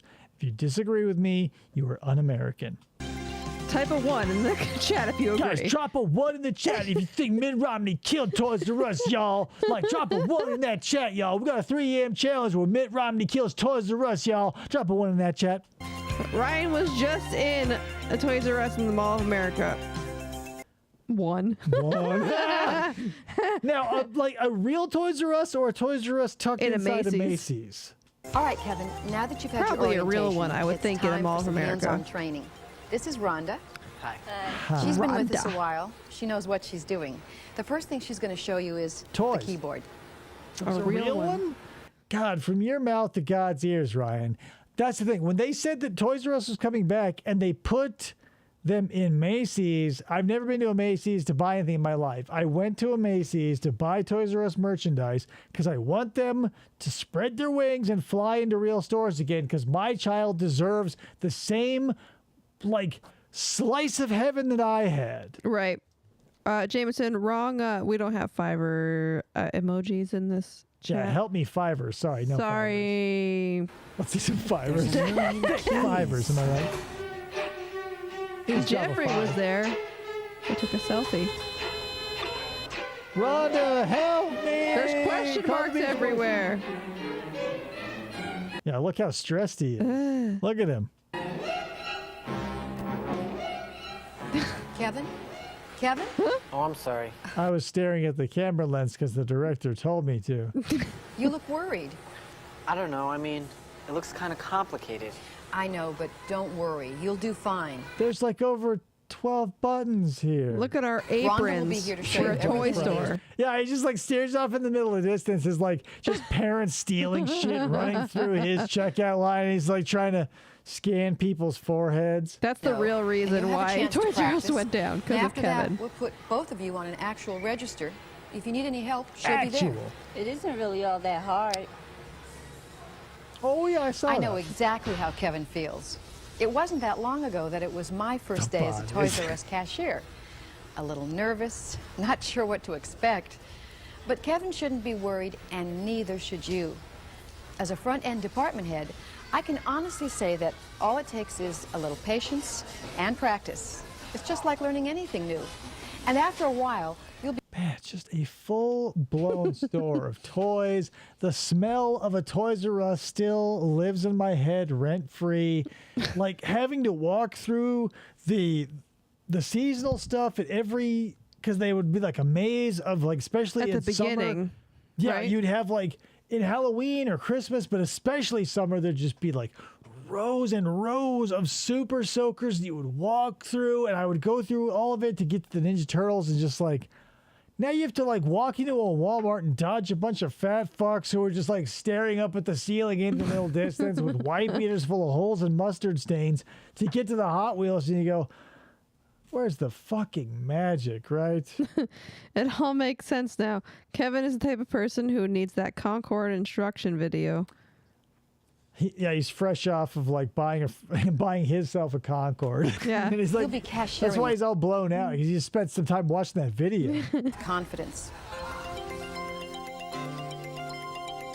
The hardware. A register. First, let's take a look at the equipment you'll be using. Depending on your store's location, you'll be using one of these two cash registers. Whoa. The standard register has a one-piece look. The processor unit sits on I like a two-piece personally. top of the cash. I did not, and I don't know what year this ad is. Obviously, it's going to be a little vintage because dude's wearing a mullet. I would say somewhere in the 90s. Drawer, and includes the Mid-90s. keyboard, cashier display, and printer. The magnetic credit card reader, or swiper, Wow. is a separate component. There is also a It's a display for our dongle. customers. The modular register is made up of the same components, but each piece is separate and can be moved around if necessary. Well, I'm confused. Both registers help guide you through each transaction by giving you instructions or telling you if there's a problem. From never working in Ringing up the retail, safe- I'm confused. I would never, ever work in retail now. I definitely wouldn't now, but I'm old. But you've done it before. Right, but the register isn't that hard. Like for me, I've always worked in healthcare. I don't think I could see myself ever not working in healthcare. I could never be like opening our meadery. Sure, I could do that. But like a cashier or like retail, there's no way I could wrap my head around it. I don't think. It's not that hard. Like, that's the thing. Like, when I was, one of my jobs, I worked at a pet store. So I was like an aquatics specialist. So they put me back there because that's where most of my knowledge was about fish. And I was begging to be put at the register. And no matter how much I begged and pleaded, it's like, put me up there. I want to learn how to work a machine. Because, back then I gave a fuck and I thought more skills meant something. But, I realized the person they always put up there was the person they couldn't trust in any other department. So Yeah. I just go, because she was always begging to get out, and I was always begging to get in. And I was like, yeah, and she's always like, maybe someday I can move beyond the register. I go, maybe I'm fighting too hard for a step down. Yeah. Well, The now sale don't is you just easy at Toys R Us. direct people Both to the registers are self-checkout? user-friendly. Right, so you just say, do it yourself, bitch, and you go back to checking Facebook You'll on be your phone. using one of these two laser scanners, the gun or the vertical scanner.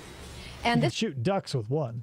is what you'll be Since I hated scanning. register, The I was Universal lucky enough to Product barely Code, have to do or it. UPC. It isn't. It just depends. Like, if you don't, because it's feast or famine. When you're moving fast and there's a bunch of people, like the potential is there for someone to cause a hassle. But that's when time moves fast. I remember standing at a register for just hours, looking off into the middle distance, waiting for someone to come through my line so I could hassle them. And I always would. I would make them answer a stupid question or whatever. I would make them sometimes regret coming through my line. UPC. The scanner reads the UPC symbol, and the item and price information are displayed on the register. This is Starscream. As you know, $9.99. practically every item has a UPC symbol, from a pack of gum to a pack of diapers. Don't chew on them both. As a cashier, you'll need to locate the UPC on each item you ring up. And here's a hint. It's white and black and red all over. Just kidding. There's no red, and it's always on the bottom of the package. Most UPCs are on the back or the bottom of an item. It's important to work as efficiently and accurately as you can. You'll increase your speed as you become more familiar with the process and the merchandise. But even a beginner can go almost as fast and be as accurate as a veteran cashier. Because it's literally not that hard. You take the item in one hand, and if the scanner is in the counter, you run it over that. Or if it's the gun, you shoot it once. Right? Yeah. You're not an old West trick shooting thing where someone's going to give you a turkey if you shoot the same price or the UPC 40 times in under a second. Ease it in there, slugger. Boop. One beep per product. Whether you're smart or stupid, you can count to one. By using a method we Yes, call ultra-thin scan diapers and for a bag. baby are And not a here's how smart it thing. works. Up to 100% leakage control, but typically hovering at around 40 isn't bad. If you're using the handheld gun, aim at the UPC And and then the squeeze the child. trigger. Make sure the light beam goes across all the bars. Listen for a beep and the sound of the register working. That means you've scanned successfully. If it happens 7 or more times, stop. Get some help. And keep the gun in your hand until you've scanned Until all the bad guys have fled from the building. everything. It's more efficient to pick it up and put it down only once. The vertical scanner lets you scan and bag while using both hands. There are several light Pew! Take that, kid. Happy birthday. Now you're blind. beams that create a scan pattern. This means you can got scan gum a in my UPC at diaper. almost You any gotta dye your angle. diaper in my gum. It's no Reese's peanut butter cup. But it'll work. You know, if I could have my genitals, I don't wear diapers. I don't wear diapers. But if I did, and I could make my genitals smell like an original bubble gum, you know, I feel like a lot of people would benefit from that. Again, listen for the beep and the sound of the register. Beep, beep. Now about bagging. In the bag well, you'll find 2 sized bags, medium and large. We don't First, carry small. look at the size of the customer's purchase and decide which size bag you I'm need. confused. Open the correct bag in the bag well and start scanning. Always use large each if you're not sure. Mr. Bagwell. Item into the bag immediately after you've scanned it. My retail horror story for the day. We had a woman steal a new bra in the fitting room today, and she left her old dirty, sweaty bra on the shelf in my electronics apartment. I bet it was difficult to, like, have to point it out and be totally disgusted in front of your coworkers and then surreptitiously slip it into your red shirt, right? And it. We went to Wear it like a 2-sided beanie when you get home. Or We like went- 2 eye patches. to a store the other day, and we were leaving after we check out and all that stuff, and this 17-year-old kid was like, said to a woman next to us, "Can I see your receipt, please?" And she's like, "Oh, I forgot to pay." Meanwhile, she bagged all of her shit up and was just stealing all the shit Right. as she walked out the door. Those people, I never saw that before. they're true crime people. I can't talk about that now, but they do exist, and I wish there was someone to at least come out of the, like let's say, like in a Fry's or a Safeway or a Kroger or wherever you get your groceries. There's like 2 claw machines, but one's like a false one. Like there's just a dude inside with a billy club who just, like, if that bitch tries to pull that shit, he just comes out and gives her a whack Tanya Harding style in the leg, a la Nancy Kerrigan, and he goes, "Pay for your shit," and he slips back into the claw machine. And put larger and heavier items in the bag first, just like they do at the supermarket. There's no feces in that, bro. There, we could tell. Maybe we'll tell retail stories someday, because I mean, who doesn't? If you work in retail for a month, you've got enough stories to regale your friends for the rest of your life. And I've been through so many industries, I could talk until you, your children, and their children are dead. Place large items on the back counter if they're too big to fit in the bag. But donk-a-donk. Scan and bag means fewer delays and faster service for our customers. It's not going to fix this hairstyle, that's for sure. But look at the toy. Oh, because that's a wrestling buddy. Holy shit. Yeah, they sold Hulk Hogan, the Ultimate Warrior, Macho Man Randy Savage. They were just giant pillows you could fight with. And I fought with a few in my day. And that makes your job a whole lot easier. You'll learn more about scanning and bagging from your coach while you're training. Your coach? My scanning coach. Kevin, Rhonda, how's it going? Help Pretty me, good. Rhonda. The keyboard isn't as hard as I thought. Seeing as how there's only 12 keys. The scan and bag makes it easy. I was just going to... Ever had a cashier handcuffed and arrested while in the check stand? No, but I was at a check stand when the police came through the door, collected the person, escorted them to the back room, and they were walked out in handcuffs. Does that count? Like a person, like a customer? No, an employee. Oh. Phone. Good. The phone is one of your most important Good. pieces of equipment. I wanted to pull that from Bake Sam's when he goes, "Good." Like on the last one, I wanted to have that on the soundboard, but all I have is this. You'll need it to phone for service if you need help. What kind of help? Don't worry. Sexual help. It's just that sometimes you... I also had a guy buy a giant TV today. I carried it out to the floor, couldn't find a cart. I lost my grip for a second, didn't drop the TV, but he accused me of dropping it and breaking it. Told him I'd get another from the back. He said, "Shut up." I went to the back, waited 5 minutes, and came back with the same TV. I mean, how could you not, right? Like, here's a quick retail story if you want to hear one. back to like when I was working at the dealership. This asshole rolls in. No one wanted to deal with him, and so I got stuck with him. And like we had a lime green, like V6 automatic Mustang. So like the car that appealed to like the biggest poser in the fucking world, up on like that big ramp type thing that was above all the other ones, so that people could see it. And he goes, "I want to test drive that one." And I go, "Seriously?" He goes, "Yeah." I said, "It's a V6." And he goes, "Yeah." I said, "It's an automatic." And he goes, "Yeah." And I go, "You're a fucking idiot." And he goes, "Yeah, that didn't happen. That last car anyway." So we get into the test drive, and he is just modulating his foot in such a way, it was tailor-made to piss me off. He was like, you know, and he's also reacting to it. He's hitting the gas and just like feathering it, but in such a way that it was like, but since it was a V6, it wasn't like neck snapping. It was just more annoying. And he looks over at me as I'm getting more and more pissed at him. And he's like, "This is just how I drive." And I go, "That's stupid," because I knew I wasn't making the sale. I go, "Maybe we should just go back to the dealership." And he drove back, he parked, and he fucked off. He never, he made us pull that thing down so he could annoy me by feathering the gas pedal around the fucking block so I could go, "Thanks for trolling me in real life." This is what King Cobra JFS must feel like. But that was 20 years before that happened. FDO says, "Last week I worked in arts and decor store. Some woman pooped in her panties and stuffed them into the metal box. There was brown stains all over the toilet, wall, floor, railing, everywhere. That happened twice that week." I've got many a bathroom story. I mean, I've told a couple on this show specifically.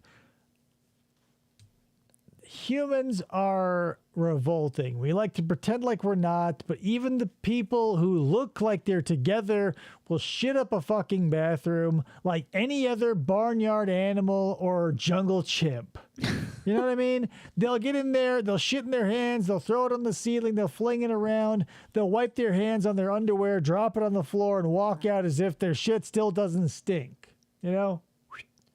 But that's humanity. When people aren't looking at them, they will do disgusting things. Sometimes you might need assistance. If you do, don't panic. Just call for service.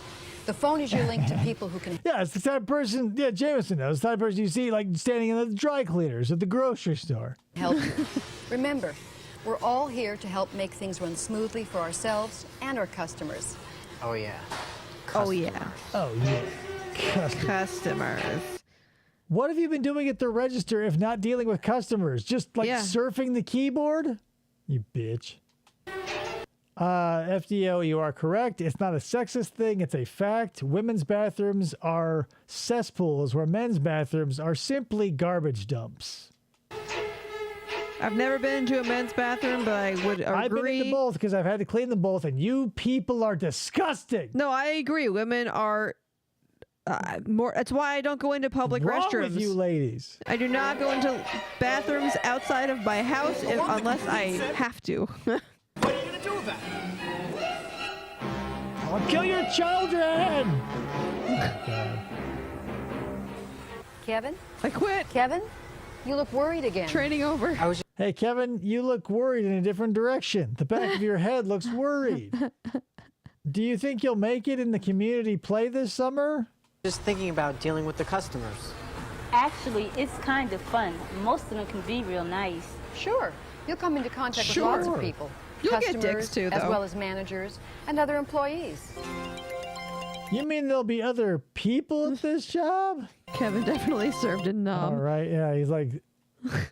Flashbacks. Like the customers give way to like helicopters and napalm. They're lying to you, Kevin. The people. Dealing with people is a big part of your job. There's no secret formula.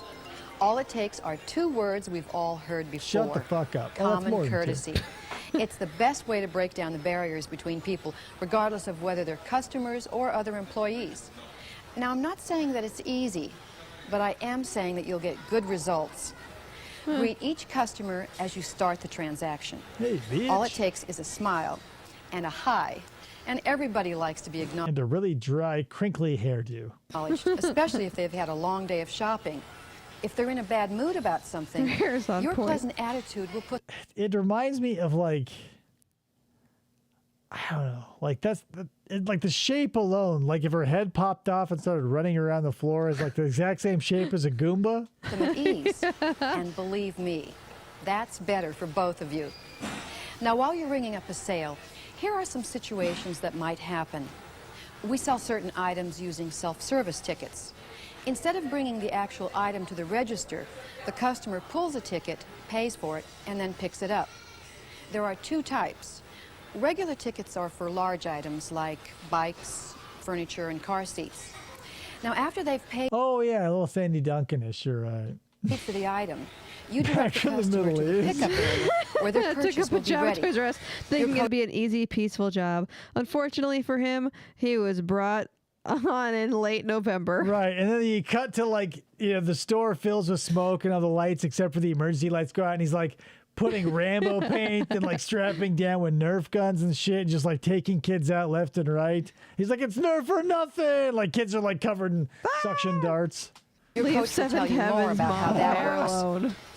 Security Yeah, tickets she's got enough to deal with her husband and all his entanglements. are used for video software, Game Boy. electronics, Security. and other high-dollar items. $20. Who can afford that? Direct customers with security tickets to the security pickup booth at the front of the store. Oh. Besides self-service tickets, here is an especially important time to communicate with the customer. Can you buy a Commodore Always 64 check large still? boxes or containers for other smaller items that may be inside. And if you find something, just ask them, did you want to buy this Jinkies too? haircut. You should also be prepared to answer any questions that customers may have. Right, but now that Melissa said Sandy Duncan, I just feel like at some point she's gonna like pull up a box of wheat thins and be like, it fits, that's just right. Hi. How are you today? Fine. Can I return that if it doesn't fit? Yes, you may. No. Just save your receipt. The end. Try to be as familiar No as you thank can. you or anything like That that. guy looks like he should have been like a butcher in a deli. Like, Yes, you miscast. can. Like he should be like, yep, 4.5 pounds of ground chuck coming up. Not like, oh, your baby needs diapers. And with the merchandise we sell and the way we do things, so you'll feel confident about answering customers' questions. Customers probably Is this a toy? Ah, I need a manager. won't understand many of the cashier functions that you perform. Help! They don't know what happens. If I put, let's say hypothetically, I take this home, take the tags off, lose the receipts, 5 years pass, can I bring it back and be a real pain in the ass and try to get literally anything from cash to store credit?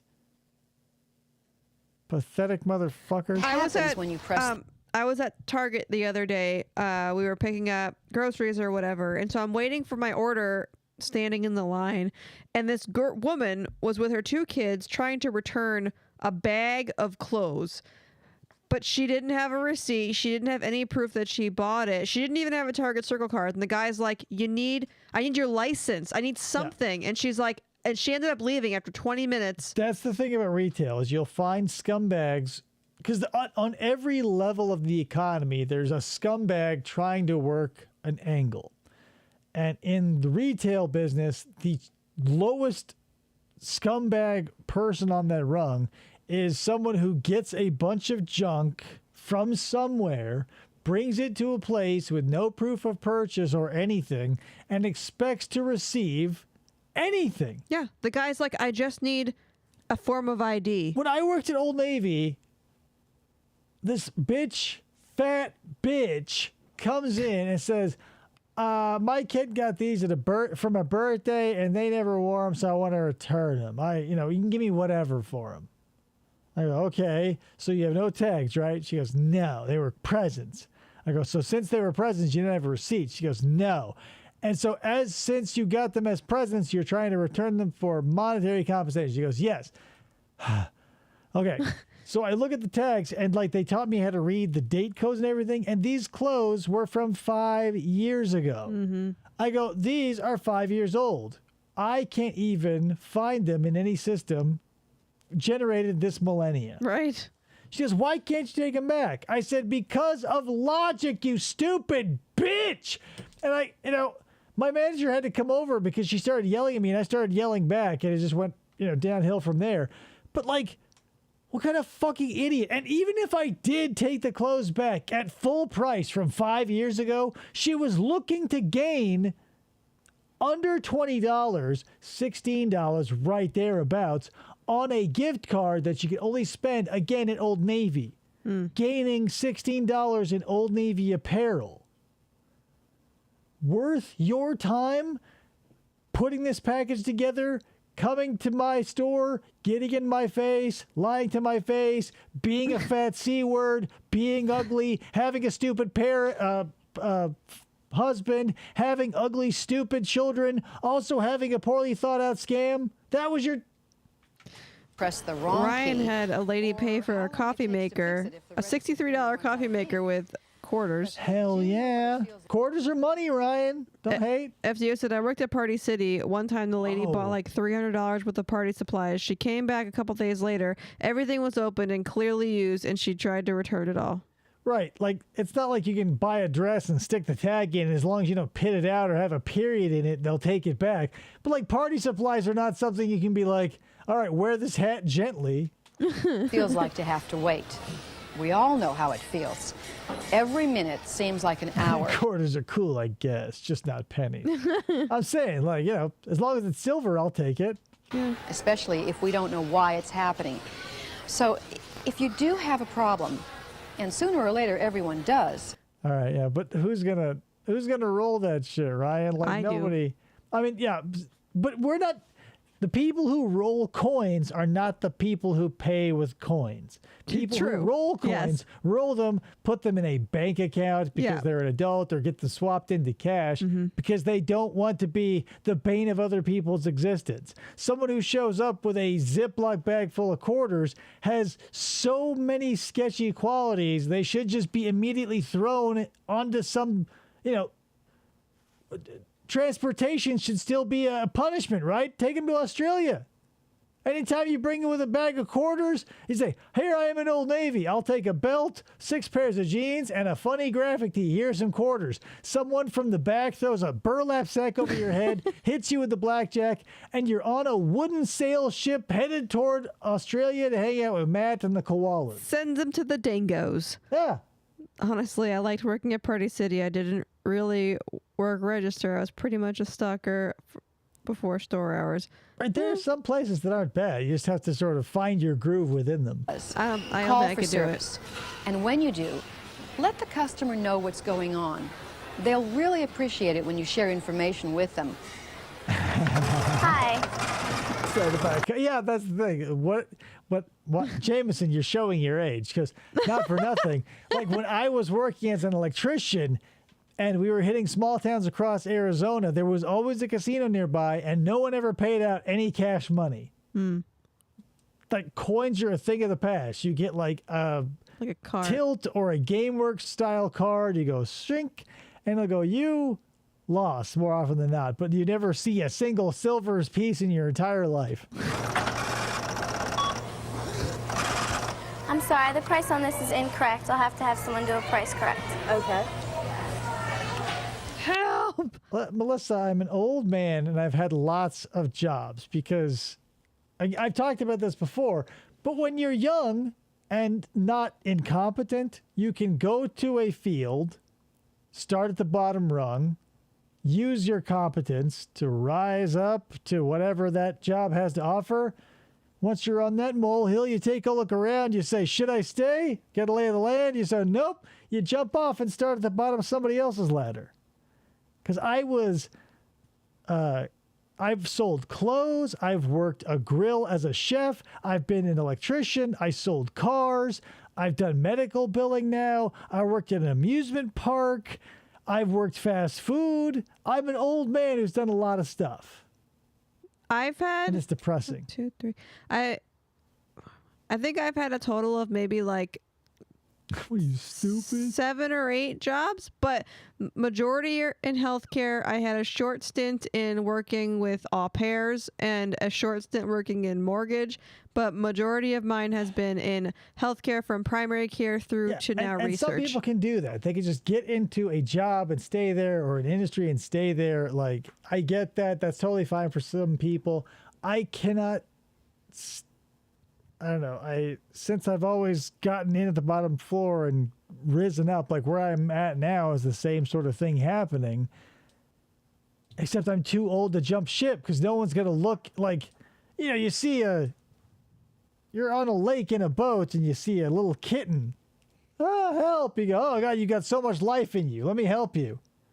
See an old cat and one of its eyes is missing and half its tail is gone. You go, just drown. Just fucking drown already. During your training, you'll learn more about things like price corrects, item corrects, and voids, and how the service person handles them. So if you're ever unsure... Right, and that's the thing. Sometimes you don't know what you like until you stumble into it. Yeah, like I said, I worked in healthcare for almost my entire working career, and now we're moving towards opening a meadery. Right, but you can't say, oh, but now I'm not we don't saying know if it's going to be good or not. Well, right, I'm not saying I'm quitting my job, but it's a total shift from and norm. that's, like, you have to have elasticity, but again, I'm at an age where, like, if I want elasticity, I got to do it myself. No one's gonna, because like when I was 22, they go, yeah, start at the bottom. You're a dumb kid, and after I've just proved that I'm not a dumb kid, I move on and I go, hey, I'm ready to move on. Unsure of something or have a problem or make a mistake, call for service. Service!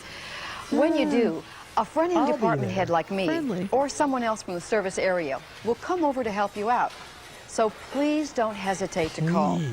If you've made a mistake, we're here to help correct it as quickly as we can. And no one is going to try to blame you or make you feel stupid. Don't be afraid to say, I'm sorry to a customer, even when it's not your fault. Thank you. This is the wrong size bag. Stupid. Sorry. Can I speak to your Sandy Duncan manager?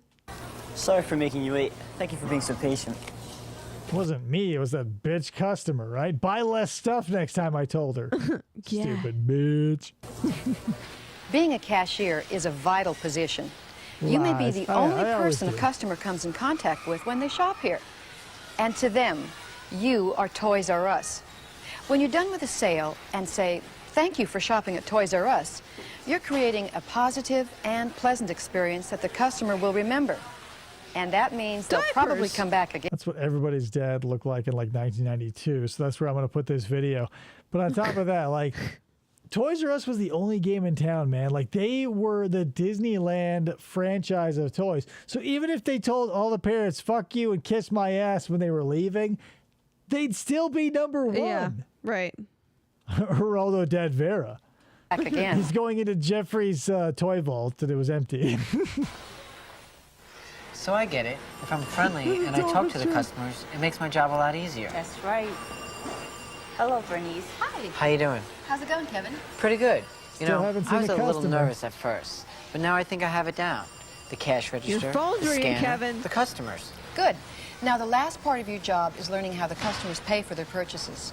Oh, right. So what did you learn about the customers? That they exist? That they'll want to buy things? There they are. What is he learning? He's like, oh, now I get it. There is a cash register. I am an employee. There are customers and some balloons. I'm trained. Oh, now you had to figure out how to like accept money. And he goes, what? The first 12 customers were just free. Hey. I've been letting people walk out with endless amounts of He-Man figurines. Rhonda. Help me, Rhonda. Monopoly money. Rhonda! Oh, God, there's Ryan's favorite person.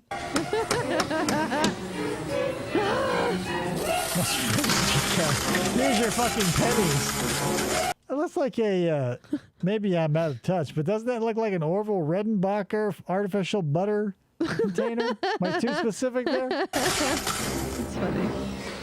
Kevin? Kevin, you're... Are you afraid of quarters, Kevin? Doing it again. I'm sorry. Too many speedballs, that is. Right. Well, There are a lot of ways customers can pay for their merchandise at Toys R Us. Quarters. Handling each Pennies, one is a basic nickels. part of what cashiering is all about. Checks. It would be easy if each customer bought only one Everybody likes to be annoyed and have that coppery scent of loose change on their hands for the rest of the day, reminding you of that annoying bitch you came through and paid in quarters. item and paid cash for God it. damn it. Fortunately for us, that's not usually the case. Rhonda, would you show Kevin how to do each type of payment? No. Okay, here, I'll show you. Okay, here. Sorry, I don't know why I didn't show him this before. We let Customers five have several go payment by. options. Cash, credit cards, personal check, Pages in the back. Paid in full. traveler's checks, coupons, Traveler's and checks. Jeffrey money. Gotta believe they got that Jeffrey money. Yeah, traveler's checks were a thing that was like Yeah, I remember vaguely. the 80s and 90s. Like I remember being marketed traveler's checks on Nickelodeon. Yeah. Cartoon Network. Like they were so ubiquitous, they were like throwing it on Cartoon Networks to like hopefully get a parent to be like, yeah, I should buy some American Express traveler's I checks. remember, like, I don't remember how they worked. I remember my mom, like, got them for some vacations. Yeah. But, like, how do they work? Do you fill them out? Are they already pre-marked with money? Here's the thing. I had to deal with them more often than I like or care to even recall. But you essentially treat them like cash because, or at least back in the day when I dealt with them, the traveler checks were in like certain increments that just acted like $50 bills. So they would sign or whatever and then give you whatever and you give them real change back. Things may have changed. It depends on the company, but I remember that specifically. Like they said, just treat it like cash, but make them sign it and fill out this and that. So, like, presumably, if somebody were from out of the country or going out of the country, It's essentially like Disney fun bucks from Peru to America or whatever. you'd pay the full amount. Your before biggest the checks and- responsibility is got it. accuracy. To key in the amount correctly and to press the proper key And be depending upon the depressed. type of payment. And as you'll see during your training, the register will help guide you through the rest of the transaction. What's your register? Now, be a obviously, guide? as a cashier, you'll be handling a lot of cash payments. Be sure to always count the change back to the customer. Take your time so you don't get confused or make a mistake. Numbers are hard. These days, people pay with credit cards nearly as often as with cash. In these modern times, right? The go-go 90s, they got credit cards. We accept these major credit cards: Visa, MasterCard, American Express, and Discover. So all of Soon them. we'll not be accepting American Express because, like, seriously? We use our register technology to get the account number off the card. The register even tells you when to insert the charge draft into the printer for validation. It's got technology inside. We use what we call a universal charge draft because it's used for every type of credit card. A lot easier than having to use a different one for each card. What the hell? Aye. So you run the thing and it goes shink, shink, and takes a hard copy by rolling an ink roller. Sometimes a You get the customer's Diners Club card. card may not be automatically approved, but don't panic. Call for service. Don't panic. They'll bring the customer over to the service area and call in the card number for approval. Customers Oh, now you've been officially declined. Please leave. can also pay by personal check. Like all retailers, we're vulnerable to bad checks. So it's critical Remember, that that you goes in always the make thing, sure go that all the information on a check is correct. You'll learn what to look for and how to process a check correctly every time. And eventually, every time someone pulls out a checkbook, you'll roll your eyes and groan because seriously, what the fuck are you doing here? I was at Fry's one day We because have we forgot to procedures for get how to ice. handle I ran back in to get ice and got behind an old lady who was paying with a check, and the young cashier was like, I gotta remember how to do these. But you'll see 1932 Studebakers on the road to this day. Nothing ever dies. I People still wanna have shoot checks. film. I Yeah. think my original checks that I got when I was 18 or whenever I had my Right, 16. but you don't take them places and embarrass yourself by like, you might as No. well show up in like a flapper dress and a pair of bloomers and a feather in your fucking hair and be like, yeah, you take this Big Papa and like. I had to dig through my Traveler's checks, nightstand to vendor find coupons, and the Toys R Us remaining coupons, checks too. that I had. But the basic procedure is the same. Pay attention to what you've been given, enter the correct amount, and press the proper payment key. Check. If you give the register the right information, it will always help you along every time. If you don't, you'll And explode. finally, Jeffrey money. You'll see a lot of this. It's not play money, it's as valuable as cash. We even reuse it just like real money. At the service area, Customers can either buy it as a gift certificate or receive it as a refund when they return an item without a receipt. We encourage the use of Jeffrey money, but just be aware that customers who pay with Jeffrey money get back change in U.S. cash and currency because there's no Jeffrey change. No matter how a customer pays. That's what they should have done. They should have fleshed out the Jeffrey currency. This is like prime time Toys R Us days. They couldn't hit up a mint somewhere? Guess what? Give us analogs of all the coins. Jeffrey asks for it. Pays for items. Always give them their receipt and be as accurate and attentive as you can to try to prevent losses. I'm pretty sure this is your receipt, and I've been paying attention the whole time. You'll learn more details about each type of transaction from your coach. So, now you know what types of payments you'll be handling. But where do you put it all? I haven't heard in the register. I haven't heard a single whistle. No one's been off sides or anything. Coins, checks, and Jeffrey money. The other items go to roll around in naked, FDO. Have you seen Diabolic, I assume? What else do you need lots of paper currency for?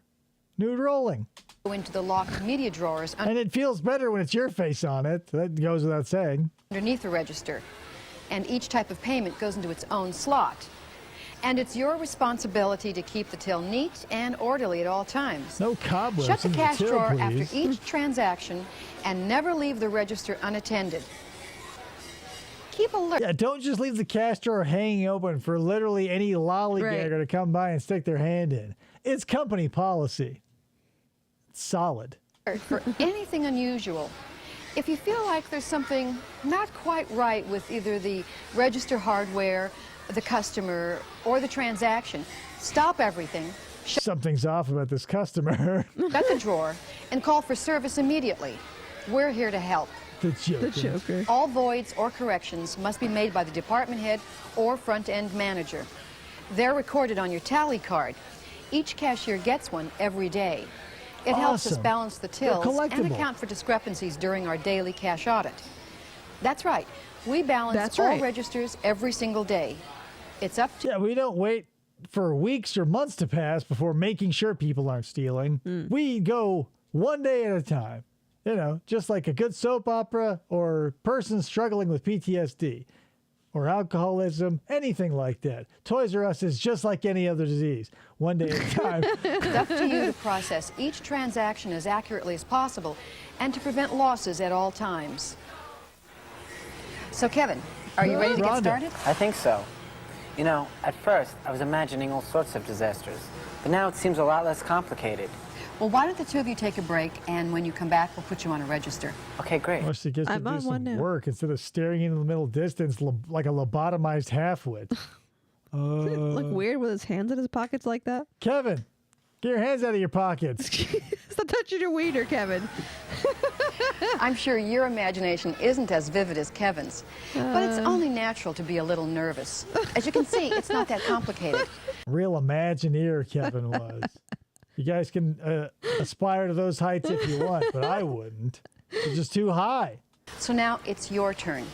Remember, you're an important... We haven't mentioned toys yet. Kevin went to his, 1986 Camaro IROC, and he peeled rubber out of there, throwing his apron out of the T-top, and he's like, fuck you, Toys R Us. His car was the Chrysler whatever the hell. You didn't help me, Rhonda. No, he's now a bad boy. That mullet, his dad wanted him to buy the Concorde, but he's like, no, Dad, I want the IROC. And he's like, God damn it, Kevin. An important part of the process, as important as the hardware, the people, or the transactions you'll be dealing with. Cashier Oh, yeah, he's definitely a candidate for the nervous boners. can be hard work, but if you approach it with confidence, it can be a lot of fun. I never got a nervous boner, I'll tell you that. I never got a boner based on an emotional reaction. It was usually physical stimuli that did it. Anyway, enough about my boners. Get that out of here. There we go, guys. You learned a little bit of generic information that I thought was going to be about a classic car, because now you probably could get one of those copper-colored classic license plates for a 1998 Chrysler Accord, because it's like Concorde. It's like 25 years? 98, we got it. It's so depressing seeing cars that I was like lusting after as a kid with that like classics license plate you got to pay an extra $25 for. Yeah. It's a real kick in the dick.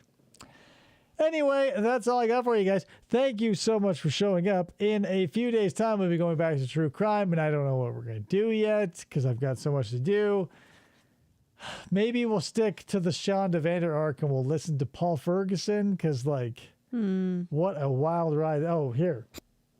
I bought the sauce on the floor. God! There you go, Ryan. So that's all I got for you. We'll be back in a couple days' time, do some true crime or what have you, and then we'll be back with more commercials, training videos, and etc. Thank you so much for showing up. I appreciate it, and we will see you on the next episode. Smell you later. Bye.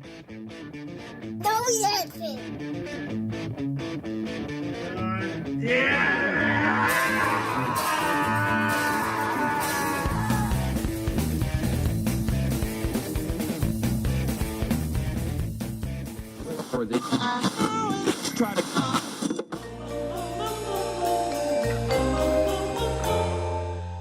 Fistful of Podcasts Radio.